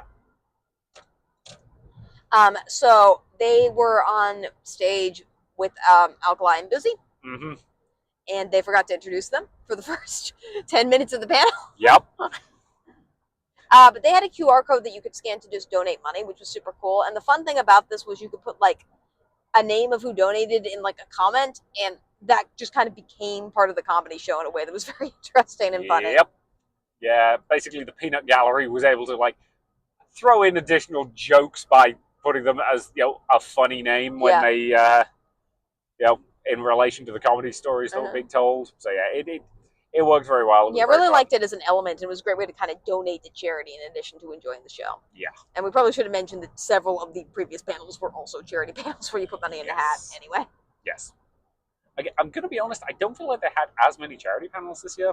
Yeah, and I know that their charity donations, when we saw, like, it's a bit difficult to know how much they actually raised this year because... We didn't go to closing for one. We didn't go to closing, and like also they do tend to get a lot of donations from desperate sources and kind of add them up at the end, so we don't really know. But it did seem like they were down in comparison to the year before by quite a bit. Yeah. Now, granted, the charity auction is one of the last things that happens, and that does always raise a lot. But yeah, again, who knows? I mean, it might just be stuff with the economy and everything right now. I don't really know. But But again, they'll probably report it somewhere. We'll see if we can find it. And I want to say, them being down doesn't mean that they were not donating money to charity. Like, God. I still think we got close to 10,000, probably. I suspect bare minimum, you know, given how much was going in that charity auction. Yeah. But yeah. So yeah. But yeah, again, this panel, as always, just it's a scream. Like again, it's just good comedy. But again, they know, as they said the following day when they were talking about different styles of comedy, like they are they are playing the funny drunk comedic style, where it's just a case of they are on stage drinking and playing that fact up. Yeah, they pretended to take Viagra pills at the beginning of it. Yep. So like, how long have we got? An hour? Yeah, that seems about right. Chug. And again, like you can tell these two have been friends for years at this point and just know all of each other's material and how to play off each other. Like, I'm going to be honest, it's similar to the way you and I just know each other's bits so well that anytime we are performing together, we know exactly what buttons to push to get a good reaction out of the audience in ways that we could not do to anybody else. Yeah. And they're the exact same way. Well, my favorite was, there were a couple times during the panel where they were just saying jokes that were clearly in-jokes that the audience just kind of didn't understand. Yep. And I'm like, yeah, we have that. Yep. Like, we have a whole, universe with characters. Yep. And to be clear, we're not anywhere near that good. But... No, we're not. But it's a similar vibe. Like, you can always tell when people who, are close friends, are in love, are there's this joy to seeing them spend time together. It's the same reason that, actual plays like Critical Role, I think, are so popular, is just, those people are just legitimately friends with each other. Like, they just love hanging out with each other and spending time together. And that's part of the reason why, those shows work. And again, it's the same thing with, Alkaline Boozy. Yeah. So, yep, Monkey Knife Fight, it's more comedy. It's kind funny. of hard to talk about. Yeah, because it's mostly their stories, and obviously us retelling their stories is not the same as them telling their stories. Yep. So, and plus I don't want to ruin any of the jokes or punchlines for anyone who sees it in the future. Yep. But yeah, so I believe the next thing we did was we headed upstairs. Yes. So, which took a while. Yeah. So this was normally probably when we would have headed out, but there was another Pokemon panel late at night, and both of us, I think, from the previous night, were just like, if we head home now, we're not going to get to bed until 1 a.m. anyway, because we're going to be hyper. So let's just do another panel. That's smart. This was on the 19th floor, because they have panel rooms up there. So we walked up one flight of stairs, because that was the most publicly accessible flight of stairs we could, to wait for the elevator on floor 4 as opposed to floor 3. Yep, just because it was there was less people up there. Yeah. It took us about 6 or 7 elevators to actually get an elevator, yep. But we got one eventually. We did eventually get one, went all the way up to floor 19, found panel room 5. Yep. And as I had to leaf through the schedule, I don't think anything else was running in quote-unquote panel room 5 all weekend. I think this was just an unfortunate time slot. Yeah. Where they just realized they overbooked something and had to throw it into a different panel room, which would make sense, because this panel room was just a bunch of chairs, 3 in a row. So rows of 3 chairs, which is an awkward number of chairs going back to the end, and a couple side tables generally. Yep. I also, what was funny though, is people were asking what panel we were going to, because a lot of people on our elevator were riding the elevator up then back down, because it was the only way to get on the elevator. Yep. So we hopped out at floor 19, and we said we were going to the Pokemon Family Feud panel, and somebody else hopped out of the elevator to join us. Yep. Which was awesome. Yeah, Pokemon After Dark Family Feud. This was very much an 18-plus panel. Yep. Because this was a bunch of very questionable questions about Pokemon. Yeah, and we got there 20 minutes early, primarily because we wanted to build in 20 minutes to get up to the floor 19. Yep. And, people were already there. People were already there. By the time it started. By the time it started, this room was heaving. Yeah, we were past room capacity. Yep. And again, this was another very long, thin room, which I do think the people at the back definitely had trouble hearing. Yeah. Not to mention the fact that half of them were in fursuits, which probably meant they were also having trouble seeing. Yeah. And this was Family Feud, so you didn't need a projector screen, which was not in the room. Somebody from AV did manage to somehow find a computer that they could project the laptop onto that was a TV screen, effectively. Yeah, it was a TV monitor. It was still probably hard to see, but at least kind of sort of worked. It was better than nothing. Yeah. Projector would have been better, but I'm going to be honest, this just kind of wasn't a great room for this. Yeah. Which, again, is just limitations of what was available. Yeah. So yeah, this was. I will say everyone in this panel was pretty much drunk or high, except us. Yeah, because keep in mind weed is legal in the state. Yep. And again, like, you don't drink because we've realized after the surgery, we realized that you metabolize drugs very, very quickly. Yep. Which means you've probably got a specific enzyme. Yep. And one of the side effects of that is you can't get drunk. Pretty much. I just get hungover. Yeah, like, it's just all the shitty parts. Yeah, you metabolize the alcohol so fast, you skip straight through drunk and go straight to hungover. Yeah. Which means it's just not fun for you. Yep. And as I mentioned to alcohol, I've started drinking again recently. And like I say that, it's literally just a case of I happened to find out I was vaguely in the mood to have a gin and tonic a little while ago, and then I found out that Jungle Gyms has Plymouth gin, and I really like Plymouth gin. It's good. It wasn't hideously expensive, so I bought myself a bottle, and I've just been having gin and tonic every so often, for the last little while, because it also meant I could use up the health potion or the rejuvenation potion I got from Mythic Mixtures over a year ago. Uh-huh. Which is basically just like an extra mixer that you put in that adds some fun flavor to your alcoholic beverage. It's not alcoholic itself; it's just there to give it a little bit of extra taste. This is not a gin review podcast. Yeah, tough. To the point where I actually ordered more because I ran out. Bored. So yeah, but yeah. So at conventions we don't drink. Yeah. You can't, and I usually need to drive. Well, like it's like a lot of that's also being high. I've tried that once. It did not work. Yep. In a state where it was legal, I want to emphasize. Yeah. I've never tried it. We still have the gummies if you want to try it. We're in a state where it's legal. Like we are. It's very well documented. Yes. But no, what I was just going to say, on that front was, again, like, I think I've told the story on the podcast before, but at one point my boss, while I was working for Games Workshop, the store I worked in had a student flat right above it. Mm-hmm. And at one point, my boss just looked at me and went, Rich, does it smell like weed in here to you? And I just looked at him and went, I can smell something, but I don't know what it is. And he looked at me and went, oh yeah, I forgot you're all innocent. Yeah, for the record, that's what weed smells like. Here. I just threw a can of air freshener at me. It was like, I'll take this side, you take that side, spray. And we just hosed down the store with air freshener. So yeah. That's my experience with weed. Yep. Up until I started going to fur cons. And then I'd seen many people partaking. I have not personally partook. Uh-huh. Not out of any, objection to it. It's just, I usually need to drive. Yeah. Part of the problem with me is because I can't, eat during the day. Anytime I imbibe or consume anything, it's going to be on an empty stomach, and that just sucks. So. Yep. So, yeah. So yeah, this panel was drunk It was mostly people being drunk and yelling about Pokemon. Yep. That was most of it. You did have to, the way that they did Family Feud is the person who hosted the previous Pokemon panel, who was also in this panel, did have a survey and was just holding it up in the hallway for people to answer. Yep. I was hearing that people who answered the survey got mailed the survey results at some point. I don't know if you did. Yeah, I did. Okay. If you want, I can show it. I haven't looked at it yet, but I did notice that it got emailed to me. So yeah, I was just interested in how many people answered the survey primarily. Because I don't know how many people they got. Typically, Family Feud is 100, but I think you can just take a percentage of people. It doesn't really need to be that many. Put it this way, one of the other podcasts I listened to did a Family Feud panel a little while ago. Mm-hmm. And yeah, they basically just did it by percentage of the audience.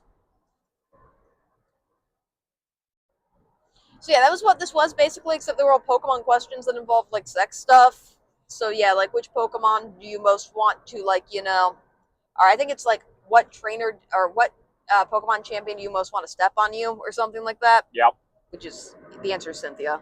It's just Cynthia. It was Cynthia. More than half the vote was just for Cynthia. Which gym leader does it with their Pokemon?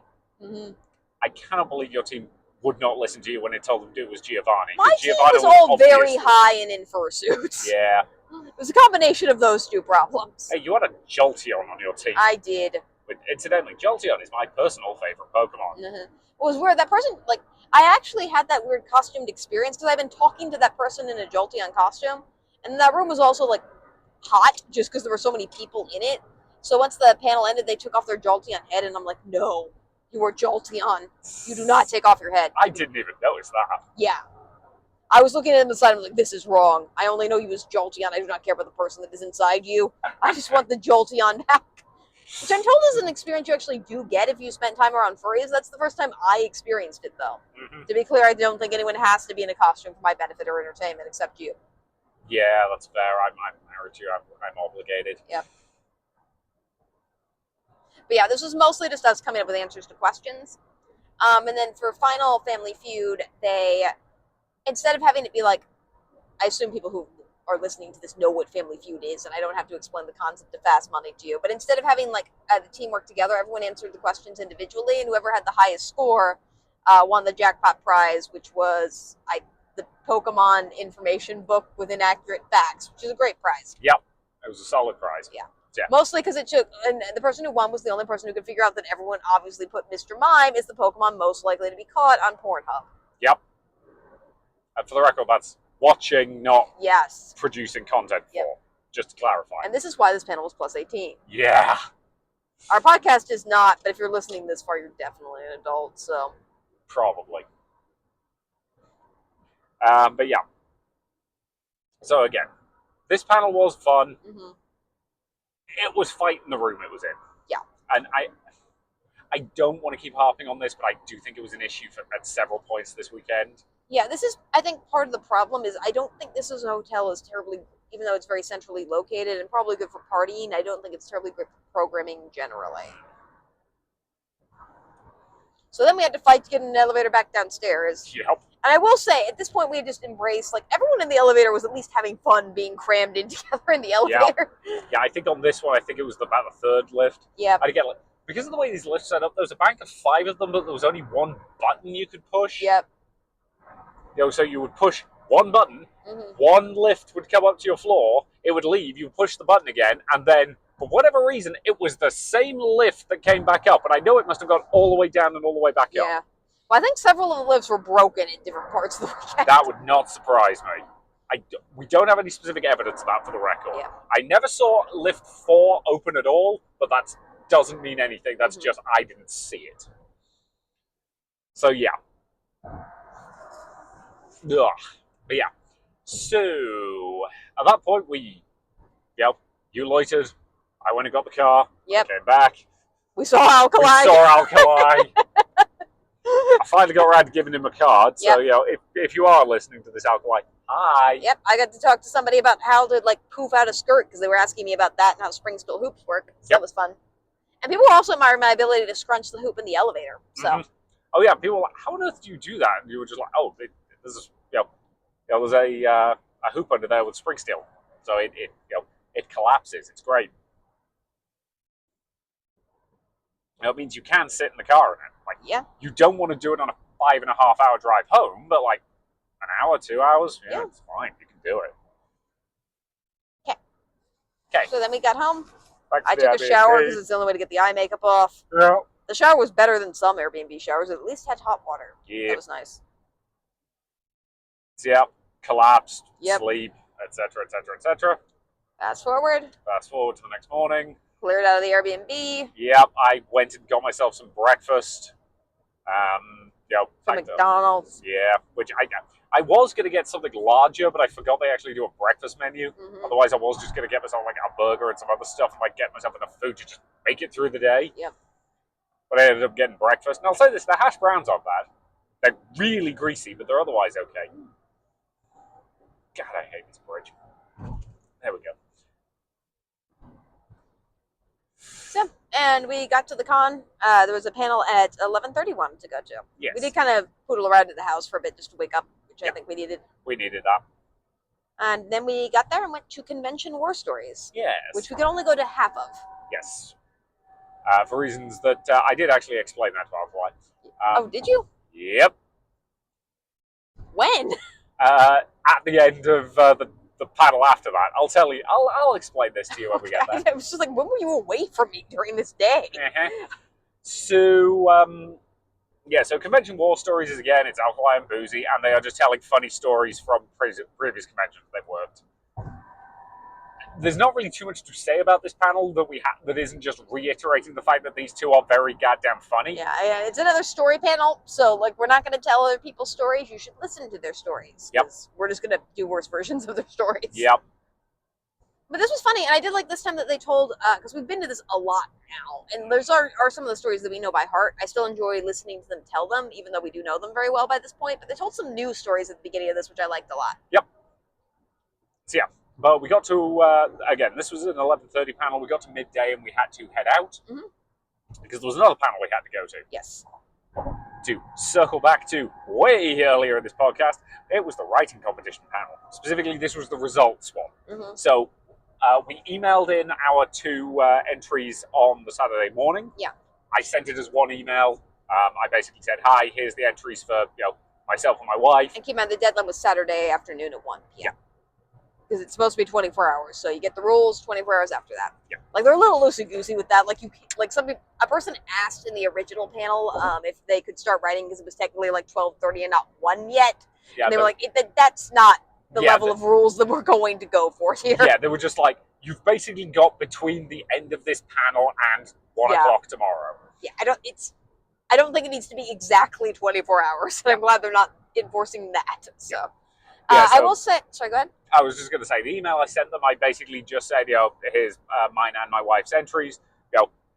My name, name on my badge number. I don't actually think they needed the badge number. I just like to I like to give more information that's needed. Again, I work in university admissions.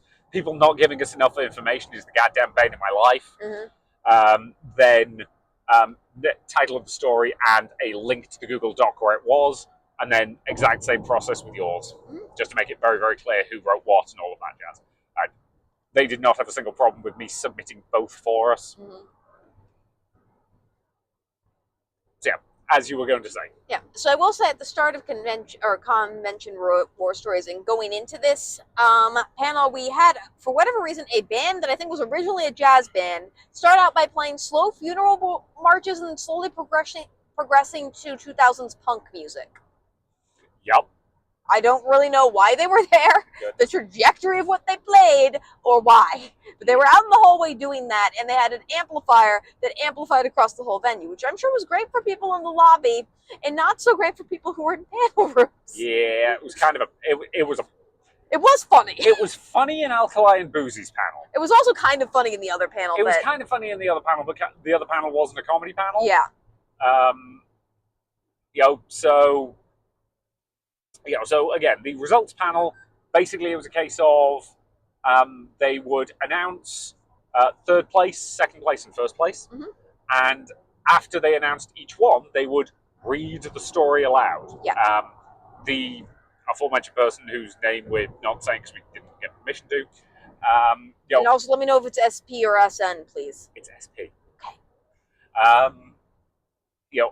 Has done audiobook narration before, and basically said, they would agreed to read out people's stories aloud. And I can tell they have voice acting experience. Like, they did great. And I will say, we met basically because of the intimacy of somebody else reading out your story. Like, it's something that I'm used to for my stories now, but for people who've never had their work read out loud by somebody else, it's a very magical moment, and I'm really glad that they did this, because as somebody who got into writing by having somebody read my work, because we did fictional podcasting, it's such a powerful experience, and it's honestly that in its own is its own kind of prize and reward, if that makes sense. Oh yeah, and again, and they were fantastic at it. They were, minus the fact that there was.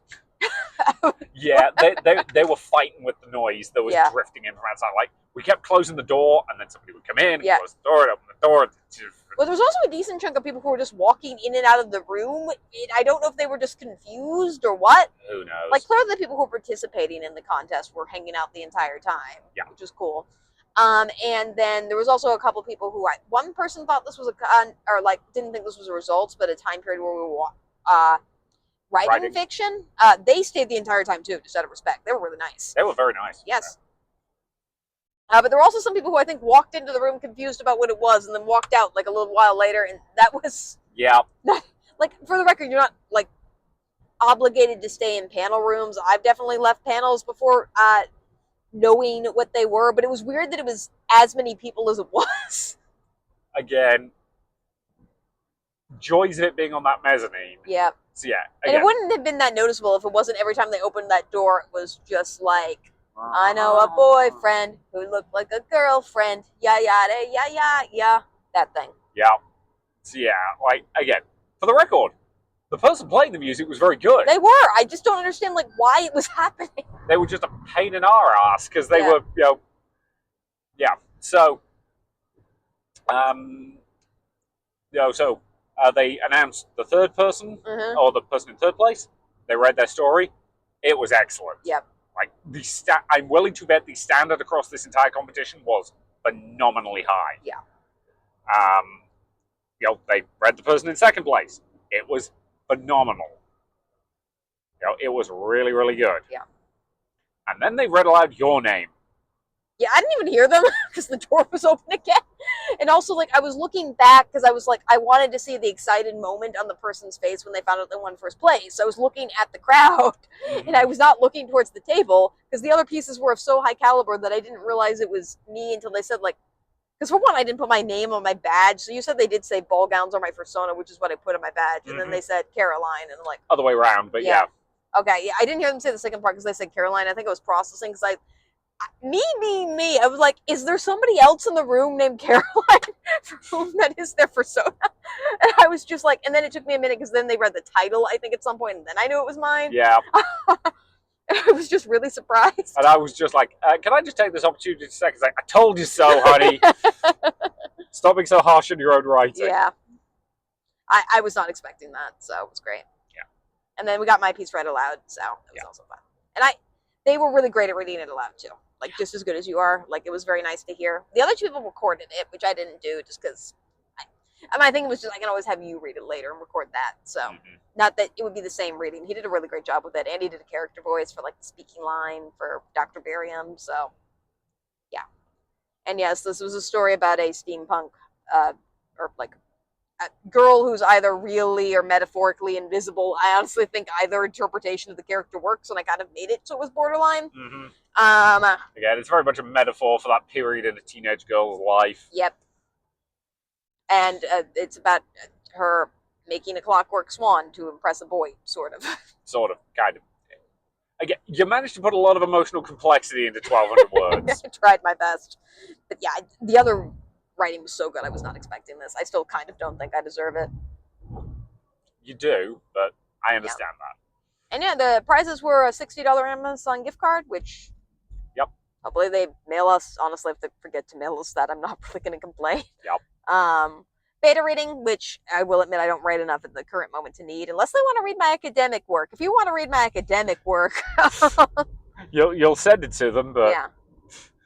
You'll probably be confused by it. Yeah. Actually, no, to be fair, as we mentioned, your academic work, you do try to write at a level that isn't going to, like, completely go over the layperson's head. Yeah. Like, I proofread your stuff for you, because, again, I'm a good husband, and all I'm doing, like, I'm not proofreading it from a content standpoint, I'm just doing, like, a grammar pass and a spelling pass, and, like, I'm copy editing, basically. And... so I've read your academic papers. I've read all of them multiple times because, again, they usually need multiple passes through, copy editing. And usually I can understand it after like 2 or 3 reads, depending on like how complex the particular piece is. So again, I don't doubt they would be in the same place, but you're not going to inflict that on them.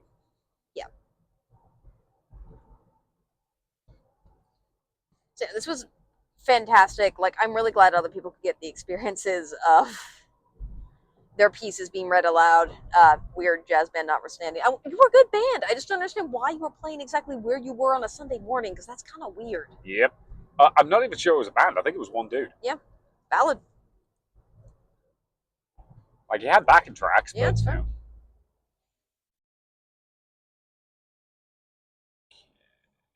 You good? Yeah, we're good. So is there anything else you want to say about this panel? Again, just generally, we don't get enough opportunities to write just because, again, like, the time, the creative energy, the ever-looming specter of like Yeah. feeling like we're not good enough. And sometimes it's nice to have something to nudge us. Mm-hmm. You know, like the community where we met used to do swaps occasionally, and even then we don't like. The last few times we've entered a swap, we've ended up getting so busy we had to like do it in the last like day before it's due. And for the record, you have like a month to get that done. And I always feel bad every time we do that. Like generally speaking, the people we're doing the swap for like appreciate it a lot. But I always feel like I could have done better if I'd had more time to devote to it. And just going into this knowing it's a 24-hour period. Yeah. You're at a con, so everybody else is also going to be busy. Like this was a very nice experience. You know, even as somebody who did not place, I have no idea where I came in the standings. I don't know how many actual entries there were. Like the standard of the 3 winners was really goddamn high. So I am not in any way offended by not placing.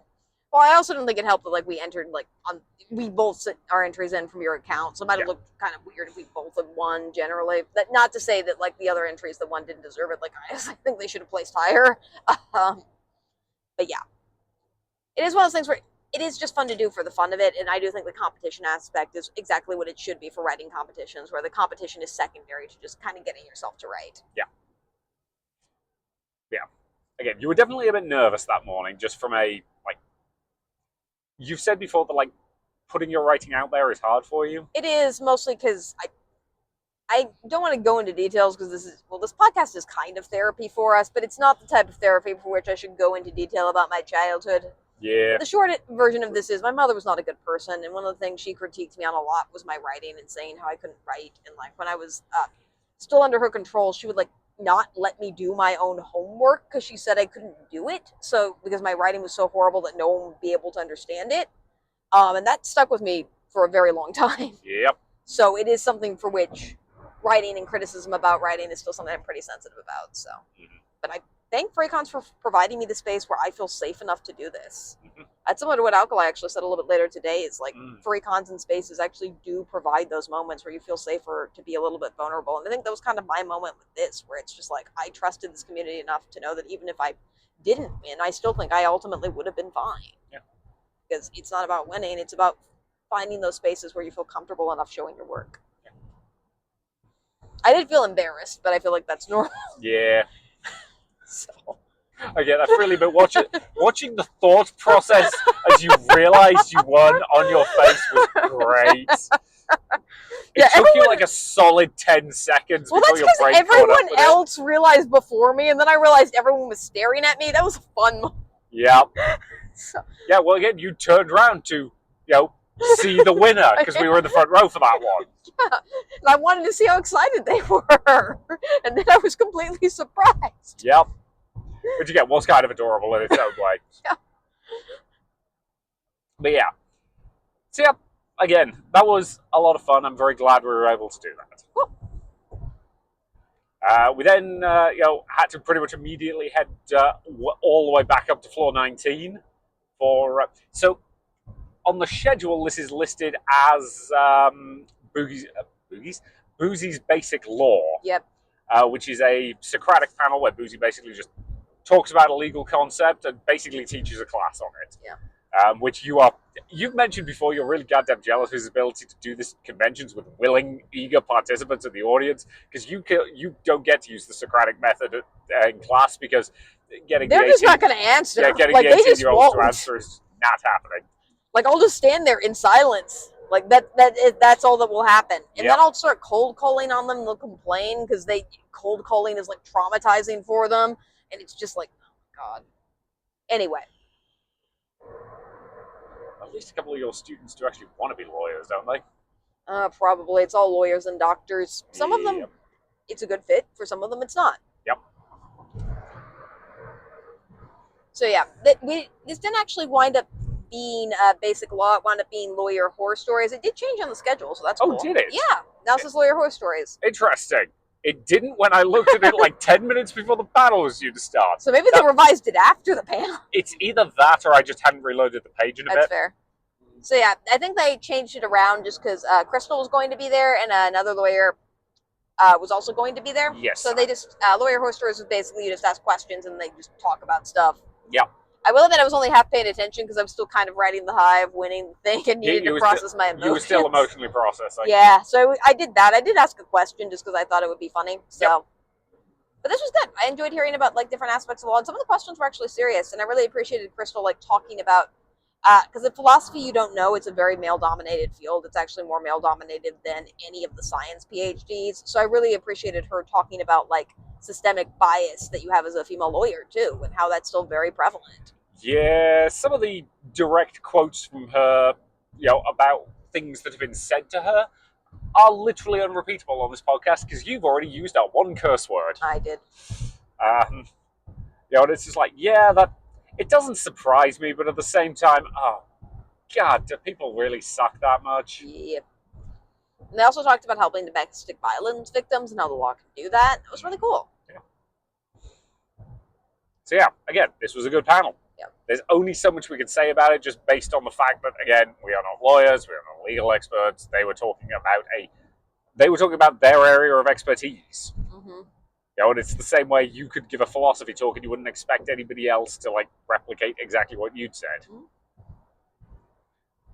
Or I could give a talk. I'm not an expert in anything. It's fine. But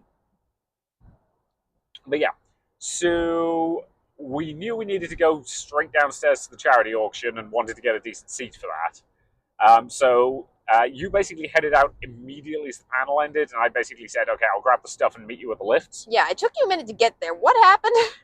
So I very briefly stopped to say hi to Alkali, yep. who was also at that panel. And basically I said, hey, sorry we had to run out of Con Horror Stories earlier.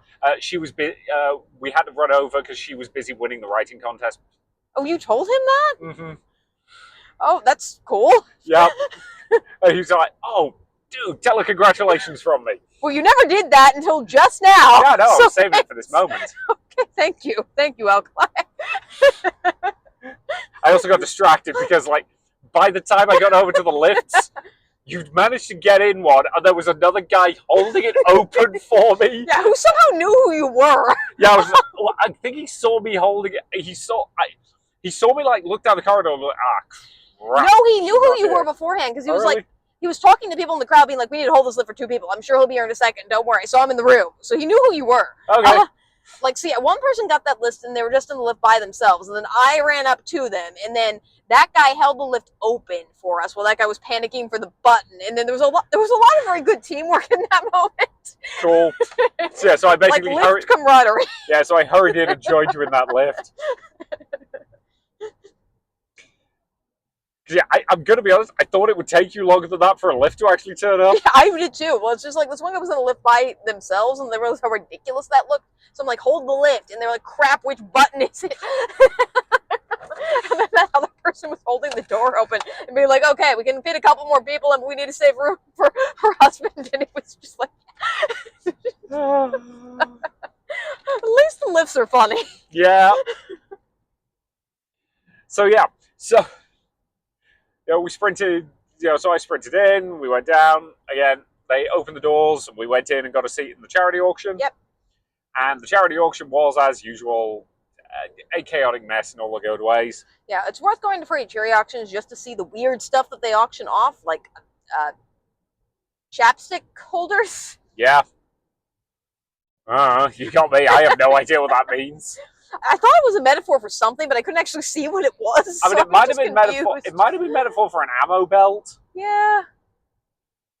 Okay. But I looked at those things; they were sparkly. So maybe they were just chapstick holders. I don't know. They also had RAM. RAM was for auction. Yep.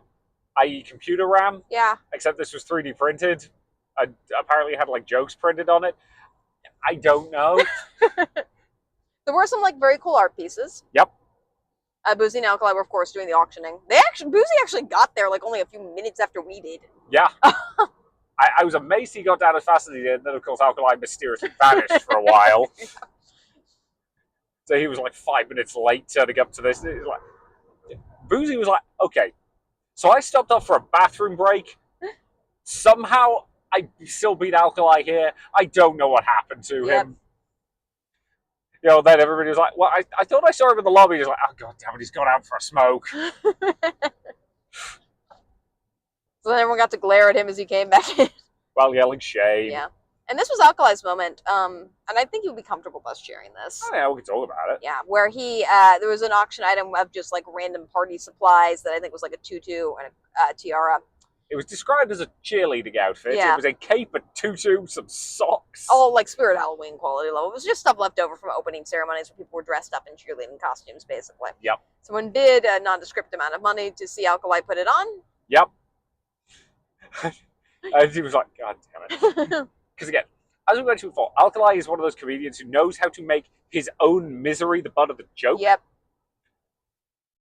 It's the same way that at these conventions he hates it when people bid $69 on something in the auction. I.e., every time it happens, he plays up how annoyed he is by it, and this, of course, makes more people do it, which usually, which raises more money for the charity. So we went off to the side, and he got changed. Yep. And he talked about how he used to have, or still does have, body dysmorphia and how that was hard for him, but he trusted the community, which is just kind of the magic of furry cons. Yeah. And he was having fun with it, so. Yeah. So yeah, like again, as with most charity auctions, this was a lot of fun. Some stuff went for a decent amount of change. Honestly, my only criticism is I think the first item they started with was had too high a starting value. Yeah.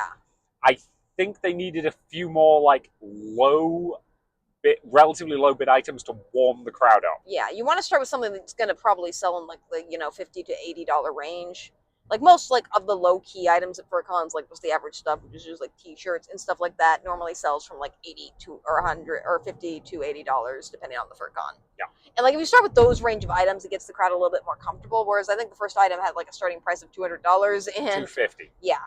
And people just weren't quite ready to bid that yet when there were so many other things still for like sale a lot of time. Because plenty of people, we do this too, budget for charity auctions and like bidding on stuff. But they want to bid on the item they like the most or the one that's going to be most fun for them to bid on. So. Yep. So yeah, generally speaking, it was just a case of, a couple of smaller items earlier in the process, just to warm the crowd up a little bit. That's my only criticism of that. Again, they definitely raised a decent chunk of change for the charity. They also had QR code scans, so you could still scan just to donate to the charity and have your comments read out by the charity, which I also shout out to the person who was running their charity donations. Their comedic timing was also great. It was. They ended up selling themselves. They did. I'm going to let that hang for a second before I actually explain that. Yeah, I think none of us took the cue to jump in on that one. So. Yeah. Yeah, basically what they ended up doing was the last auction item ended up being them, because they are somebody who does a lot of DMing, basically offering to host a D&D party online for whoever bid the most for it, and I think they said 7 of their friends, for like a high-level D&D mini-campaign. And again, like, that's a really cool thing.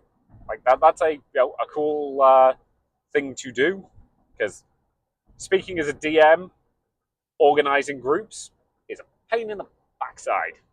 Because, whereas, like, if it's a thing that somebody's paid, like, we've had this discussion before about paid GMing, which is a relatively recent phenomenon. Yeah.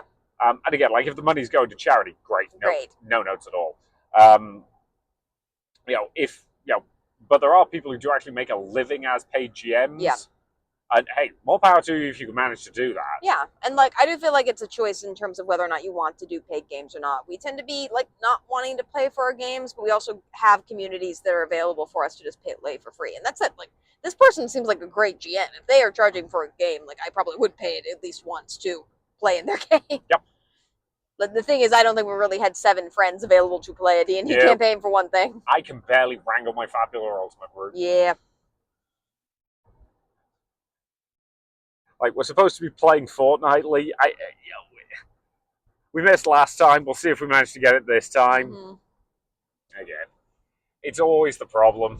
because it's always scheduling that kills a TTRPG Yeah. group. Well, like maybe at some point you should try. Like I know there's a website that lets you do paid GMing, and if you charge like a minimal price, even because one thing I see in favor of paid GMing is it does get people to show up to tables more frequently. So maybe you should try it at some point. Maybe. Part of the problem is I don't want to run D&D 5e.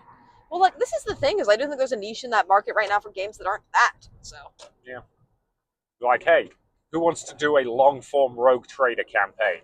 You get to play in the 40k universe, and you'll all die. Honestly, I would at least put it up. Yeah, not the worst idea in the world. Like you don't have to charge anything crazy for it. Anyway, this is not about that. Yeah. I'll look into that anyway. But yeah, like so again, this was a charity auction. This was a good charity auction. Mm-hmm. I don't know how much more we can say. Oh, actually, one thing I do want to mention: they had a silent auction prior to the main charity auction, which was over in the vendors hall.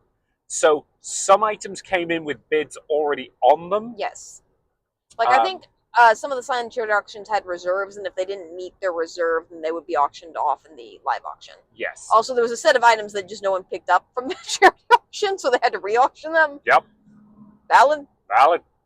Again, there will have been some rules listed somewhere, presumably next to them, that basically said, hey, if you bid on this thing, you need to turn up at this time to pay us and pick it up. If you win. And I'm assuming you probably had to leave contact details. Yeah. So you would know whether or not it was worth you turning up. And based on how rowdy this con got at night, it's probably the case that most of those people just overslept and forgot that they bid on it. We're just like, aggressively. One thing we didn't mention, the time at which we got here this morning was very clearly hotel checkout time because it was a mess. Yeah, it was chaotic getting in. Another thing we forgot to mention that they did have that we didn't really partake in, maybe I'll save it for the we didn't do segment, but I'm already talking about. Should I just finish the sentence? Yeah. Okay. Oh, they had the plushie adoption as part of the charity event too, where they had a bunch of mostly used plushies on the table that you could adopt for an amount, and that amount went to the charity, which is cute. Yep. If they need more plushies for next year, I know a person. Yeah, we know a under the table plushie supplier. Yeah. By which I mean, for the love of God, can we reduce the size of the pile of friendship? The pile of friendship is becoming closer as friends. Yeah, because they're running out of space. Seriously, if any of you want to see it, send us an email. I'll send you a picture, and then you'll have questions. Anyway, so that was the end of the charity auction. We contemplated staying for closing ceremonies. Thank you. I almost said last call. Yeah. Which is that a phrase in the US? Yes. Yeah. But yeah, we. You say it before people die, right? No. That's how we use it here. Oh, what? Really? No. Okay, good. When she uses that tone of voice, I'm pretty sure she's joking, but I'm never 100% certain. Again, to quote the barman of my local pub, last orders, please. Yes, that's how we use it here, too. Good. Do they ring a bell? At some places. Good. But yeah. So yeah, it says something about FurCons that my brain went to, the latest late point in a pub. But anyway. It's a 5.5-hour drive home. We have work tomorrow. Even as of now, it's 9 o'clock. We're going to be getting home at about 10, and then we've got to do the unload the car stuff. It was not a smart idea. Yeah. What we basically decided we would do is we would get you changed, and then we would decide whether or not we were going to stay or leave at that point. Yes. So what I did was I took most of the stuff. Well, first we have to tell about finding the mythic bathroom. Yes, this is where we found the mythic bathroom. We found a single stall, lockable bathroom on the 4th floor. Yep. Finding it, complete random fluke. Yep. And it was goddamn perfect. Yep. You basically camped in there for about 15 minutes. Yep. So I left you with your swan sweater. Yep. And for the record, I wasn't keeping anyone from the bathroom. No one came by during this time. No one knew that this thing existed. So. Great. So yeah, I left you with the swan sweater. I ran everything else back to the car. I grabbed the garment bag that your new white dress that you were wearing today. Actually, we didn't talk about the costumes for today. Oh yeah, I was wearing my Rarity costume today. I got a new Ava Gowns like long dress. Yep. Which is sparkly and fun and went well with Rarity, so yep. I like this a lot. Yep. It's a white dress in the... It's the same style as the other like sparkly coloured dresses you have from Ava Gowns, except this one's the full ball gown. Yeah. So I ran back to the car. I dropped off most of the stuff. I came back with a garment bag. We then got you changed in that bathroom, put the dress into the garment bag, put the hoop skirt also into the garment bag. We need to remember it's there. Yep. Otherwise, we're going to panic looking for it next week. Yep. At that point, our attitude was, okay, we'll walk around a little bit, we'll see if there's anybody we want to talk to, and then we might stay for closing, or we'll head out. And I think I'm going to be honest, I was of the opinion we should probably head out. I was too. It's just, I wanted to say goodbye to some people. Like, it always feels kind of awkward when you're leaving, even though they have done studies, and you will save 2 days a year if you like don't actually say goodbye to people at parties. Yeah, if you avoid the Midwestern goodbye. Yep. But I wanted to say bye to people, so I was hoping we could just do that by walking around for a few minutes, and we did. We did. Yeah, we saw a couple of people who we wanted to say bye to. And then headed on the road. Yeah. So you actually got to see the car park for the first time. Yeah. It smelled not great. Yeah. But it was fine to walk to, and I felt pretty safe, so that was nice. Yeah. And I do think that the Parking Hero or Spot Hero app actually did work in this particular context. I don't think it's going to work in every single context for us and what we need, but I do think it worked this weekend. So, good review there. Yep. Okay. Stuff we didn't do? Stuff we didn't do. The heck else was on? A lot of things. Yeah. For one, go ahead. I was going to say, for one thing, there were a lot of writing panels this weekend. Yes, which we like. Yeah.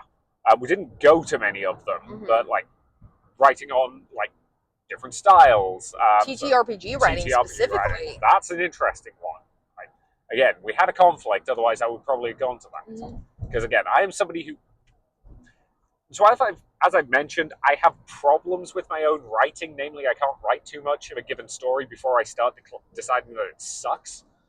And I found one way to get my creative juices out without falling into that particular trap is to plan TTRPGs. It's why my list of games that I want to run at cons is 23 items long.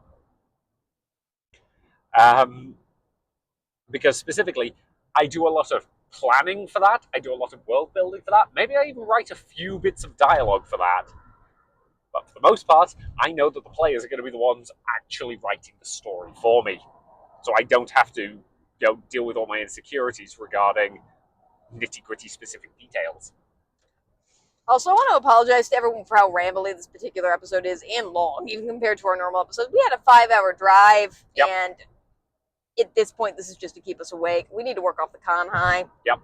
So they also had a, not to take away from your story. I'm good. I was done.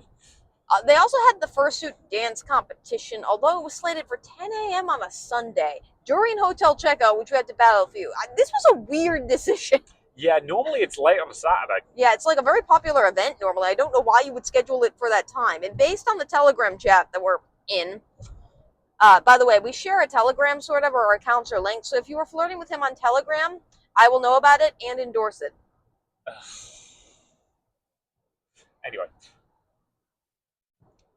Anyway, like, based on the Telegram, it didn't start till 11:30, which sounds right. Like, I don't know, that's not verified, but, like, that sounds right. That sounds entirely plausible. Yeah. So, yeah, I don't know why they made that choice, but they did, for whatever reason. They also have these weird things called loot brawls, where you pay $30 and play basically, I think, Nasty Santa or Christmas, where you, like, take gifts and steal them. I'm unclear exactly how it works, but it seems fun. They had several music panels, generally, so furry music and furry musicians. They had Blood on the Clock Tower Werewolf, some kink panels, which we're not going to talk too much about, but there's some stuff about like both writing kink and age regression panel. It was very late at night. They had escape room that was running all weekend. Yep. Which again, escape rooms aren't our personal thing, mostly because it hits certain trigger points for you, and like generally speaking, I think they're okay. I know people who adore them. They're not my personal thing, and hey, that's fine. Plushie collecting panel, which I would have gone to if it was not opposite something. Yep. Yeah, those are the most things. As mentioned during the segment, I don't actually list like absolutely everything, or else it would be very boring for about 10 minutes. So, Yeah. a couple cosplay stuff. I think they probably had some fursuit making workshops based on the like level of fuzz that was just on certain workshop tables on Sunday. So, I mean, that might just be furries being in the room. that's also true. Like, my comment. It makes me feel less bad about getting glitter everywhere, though. So, Yeah, I mean, the joke I told you this morning, which I was a joke that it somehow took me forever to come up with. Why do furcons move around so much? Yeah, they're staying ahead of the fuzz. boo, boo! I say. Okay. Yeah. Top. What were we gonna say? I was going to say it's only funny if you know British nicknames for the police. But yeah, so top 3 con moments. Top 3 con moments. I think it's your turn to go first. Okie dokie. I'm going to go with stand up. I really enjoyed the fact that I got to go straight after you. I love that so much. Again, I very much built on the foundation that you laid for me in that regard, which again is something that you and I are good at. Like, we know how to play off each other. And I took shameless goddamn advantage of the opportunity I was given. Yeah. I had a lot of fun. I think the story went over quite well. And like, I am one of those soppy romantics who, like, I love being able to, like, inject a bit of how much I goddamn love you into, like, otherwise, like, funny, silly panels. Because it usually gets a good reaction. Yeah. Because, again, most furries are also romantics at heart. Sweet. Like, I do enjoy sharing our story with people generally, and it's a good story. We should, like, sell it to somebody. Parts of it we can't, but, again. We can revise it. Yeah. Maybe we met on a knitting subreddit. Let's not go any further than that. Incidentally, Alkali, if you are listening and want to know, just ask. I'll tell you. But yeah. This podcast is not for him specifically. No, it's not, but it's funnier when I do stuff like that. Also, Linz, if you want to know Linz, we will also tell you. Yeah, we'll also tell you specifically. But yeah. Some of you, you're not ready, so I'm not going to shout out your names yet. Yep. My dad listens to this. Really? No, he doesn't. Thank God. Jesus Christ, no. Anyway, your top... my dad can't listen to this. He's deaf. Okay. He's not deaf. He's just got that specific kind of hearing loss where he doesn't hear the things he doesn't want to hear. Yeah, basically, which means he would not be able to listen to this because he's not going to care enough. Moving on. Let me have at least one traumatic childhood moment. I don't even know what I'm picking. It was all so good. I'm going to pick the con history panel because that was like so informative and so great. And I just really enjoyed all of it. I really hope we can get them on the podcast. That is fair and valid. So I'm going to go with the reveal moment at the end of that second game of Blood on the Clock Tower. Damn it, I was going to pick that game. Sorry, but I am pissed with you about that one. What about it? Again, you three... No, I will say all three of the evil team because you did all do a good job. You two in particular, God damn it. Again, like, Blood on the Clock Tower lives and dies by the quality of the group, and we got damn lucky on that second game. Like, Jesus. Especially given the three of those people had never bloody played it before. I will pick getting to improv with Alkali, because that was a huge compliment. That is fair. Do I have a specific third one? If you take the writing competition, I'm not taking that. I know that was going to be your, again, for the record, if you're listening to this, these aren't in any particular order. No, they're not. They're not also, like, they're mostly just moments we kind of think of. It's not like they're, like, the definitive top 3 in any deep way. Yeah.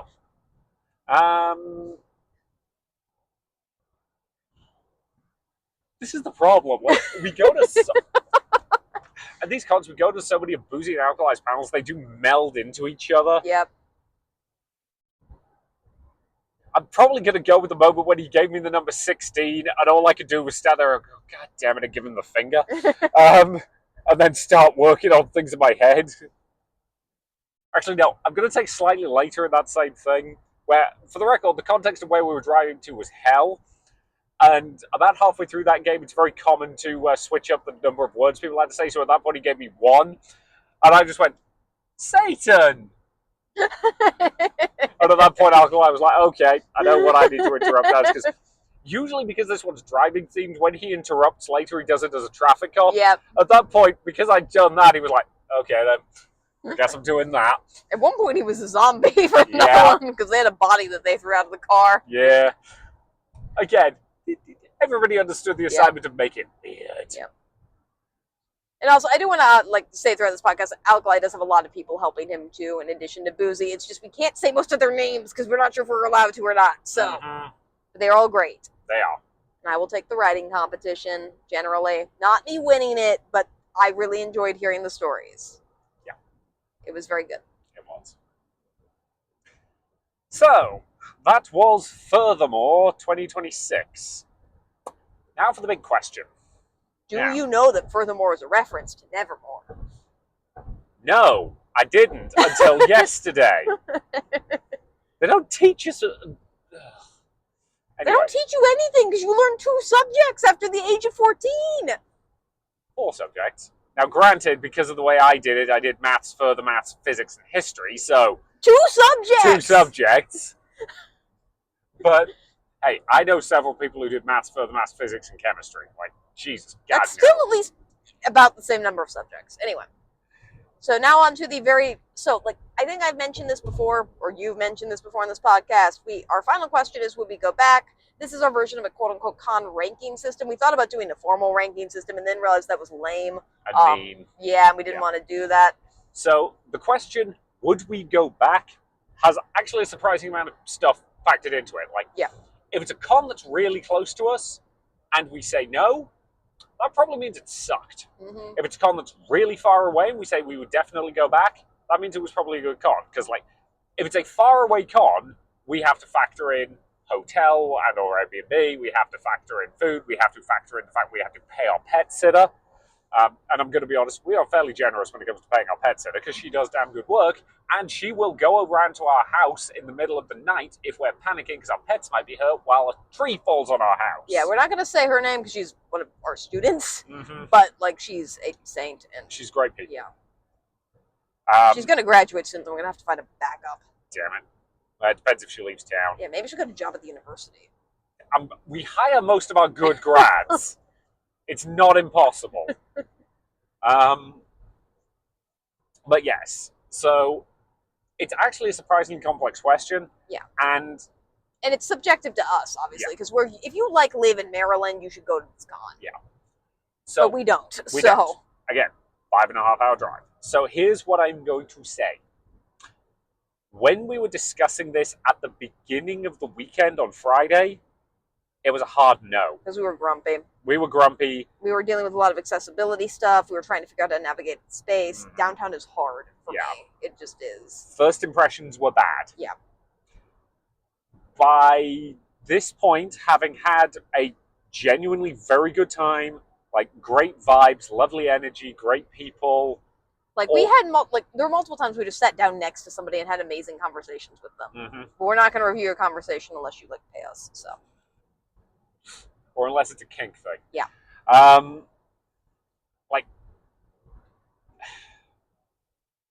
We definitely, I personally, I don't know about, you are free to have a different opinion on this. I've shifted this one to a maybe. Away from a hard no. I think that's where I'm at, too. It is still far away, so it's maybe is the highest grade we can even give it. Because I think it was always going to be a maybe no matter how good it was for us. I do have to take a day off for this one. 5.5 hours is a long commute. Yeah. And I will say that I don't think this is quite, it helped that we had so much con high this weekend because there were a lot of little annoyances throughout the weekend with the venue generally, and I do know that's likely going to stay. And for me, I do think it's still a question of, is the space worth it for what they're gaining, for what they're losing? And what I personally want in a space is obviously not what everyone wants in a space, and obviously con shouldn't be catered to me specifically. So I've No, emphasized no, a lot. You should specifically cater all cons to specifically us and no one else. No, I'm kidding. Obviously, don't do that. And one thing I really do love about furry cons is for pretty much all of them, anytime there's a problem any given year, the con is actively working to fix it the next year. They care a lot about feedback. We know that pretty much all the fur cons we go to do actually listen to these episodes, which we appreciate. Yep, I will be emailing a copy of this episode to their feedback thing, because I usually do for the fur cons. Yeah. Because you guys actually listen. You do. And, actively. And we've had fur cons basically take our feedback and go, okay, that's a good idea. Like, there's been other things that they've, basically not been able to do for a logistical reason we didn't know when we said it. But yeah, that's fine. That's fine. And with stuff like venue, we do get that, you can't just pick the magical venue that has everything. There's always going to be compromises there. As you've said before, there is no convention that finds the perfect venue that's within their budget and then goes somewhere else. Yep. That's not a thing that they do. Venue for a convention is always about compromise, and it's about what you compromise. It's about compromise. Boo. So yeah, this is something for which the venue is still going to be it's a pretty bad negative for me. I do like the fact that for the most part it is, once you're inside the building, just people who are with the con. We had a couple people who I think were at some event, because some weird people who were dressed nice took pictures with me. Yep. But for the most part, it's mostly the fur con, so I do feel a lot more comfortable there than I do in a bigger space where there's a lot of other stuff going on for a con of this size. Yeah, so I like that a lot. We were discussing it earlier and comparing the venue to the one that MCFC used, and despite the various nonsense, we did feel better in this venue than we did in the one that MCFC had. Yeah, I would agree. Just because it's a bit more private, and once you're inside the space, you're just at the con, which is nice. So yeah, I really did like it, a lot. So yeah, I do. This is it's giving me the feeling that I tend to have when I know that I have a good con experience, which is I immediately want to go to another con, which is good because we're going to another fur con immediately after this. So yay! Not immediately. We're doing it next weekend. So 4 days from now. Yeah. Because we also have to leave on Thursday for that one. Yeah. It turns out this one's Easter, so I didn't have to take a day off. Yeah. It turns out that people don't want to host cons over Easter. They're dumb. You need cons over Easter. You mean because some of us don't want to go to see our families? Actually, that's a lie. I would love to go see my family. Yeah, they're just in the wrong country. Yeah, I will say the next one will likely be very different in terms of content. Insofar as this one was mostly us hanging out with comedian groups that we like. Mm-hmm. Next con's going to probably be based on the schedule, mostly game show panels, which will be very interesting to see, I think. We do like game show panels. I love game show panels, so excited about that. This one's solidly in the maybe category. If it got a more accessible hotel, it would definitely push it up a little bit for me. Yep. But I also think that there are improvements they can make at this hotel if it's where they decide to make their home. Plus, I think people like the fact that it's haunted. Yeah, there were a lot of I get the impression there was some ghost hunting going on in the middle of the night. Well, the con chair, somebody very high up in the con volunteers was ghost hunting at 3 a.m. So, yep. Which I don't know, how you ghost hunt at 3 a.m. at a con where there are people also making out in the hallways at 3 a.m. It seems like those two goals are antithetical in purpose. Maybe the ghost hunting was just a metaphor for making out with people. Probably. Again, to quote something I saw in the Telegram chat, guys, there were there were two people making out and rubbing up against each other in the lobby at 2 a.m. Next comment, dude, you should have seen what the stairway looked like. And again, for the record, these people were not doing anything super inappropriate or anything. But we were talking about how I suspect at fur cons, some people do that. There's a name for it. It's what Barney does in How I Met Your Mother, basically, where you find somebody to quote-unquote share a room with and don't actually book your own hotels the night of the con to basically find a way to sleep with somebody. Yep. But I imagine at fur cons that's so common that occasionally two of these people just run into each other and then start making out, or else then neither of them have a bed. And then they have to find a third. we just find that image very funny. I find that I also am willing to bet that has happened. Probably. Again, there's a decent comedy skit in that. Yep. Either that or it's going to be an incident on Convention War Stories in a couple of years. Yeah. So, yeah. We're still an hour from home. Yeah, we are. We're not talking for another hour, No. though. We can't torture people that bad. No. So, next week we are at Bewhiskered. Bewhiskered, hopefully. We don't actually have tickets yet, because for whatever reason they closed their ticket sales early, I think just for bad prints. You can still pick them up for registration, though. Yeah. So, yeah, we'll make sure we get there and fairly early on a Friday morning, Yep. and do that just to make sure. But yeah, so that is our plan. Hopefully that will be fun. And thank you very much for listening. Thank you for spending a weird weekend with us. Remember to like and subscribe, because we did not say that for the past 3 hours. Oh yeah, if you're watching this on YouTube, do all the pleasantries. Like, as we pointed out, our podcast gets basically no views. It's fine. Like, we do get some views. We do. And I will say, some people do email us sometimes. We do really, really treasure those emails a lot. We do. It means the world to us. We're bad at replying to them. I'm not going to lie. We are, particularly now. In fairness, there's still a tree in our yard. Yeah. But journalists cannot be an excuse for everything. But at the same time, it's been 16 days, and there is still a tree in our yard. Yeah. It's probably still there. It's definitely still there. Yeah. I hate it. Yep. Animals have started to make homes in it. Yep. That's not a joke. I walked out one morning and 2 birds flew out of it. Deer have been eating from it. Yep. So, yeah. Anywho. So, yeah. Thank you very, very much for listening. And hopefully we will see you next week. And don't forget the secret phrase if you want one of the special ribbons. Thank you very much. And see you in the future. Bye. Bye.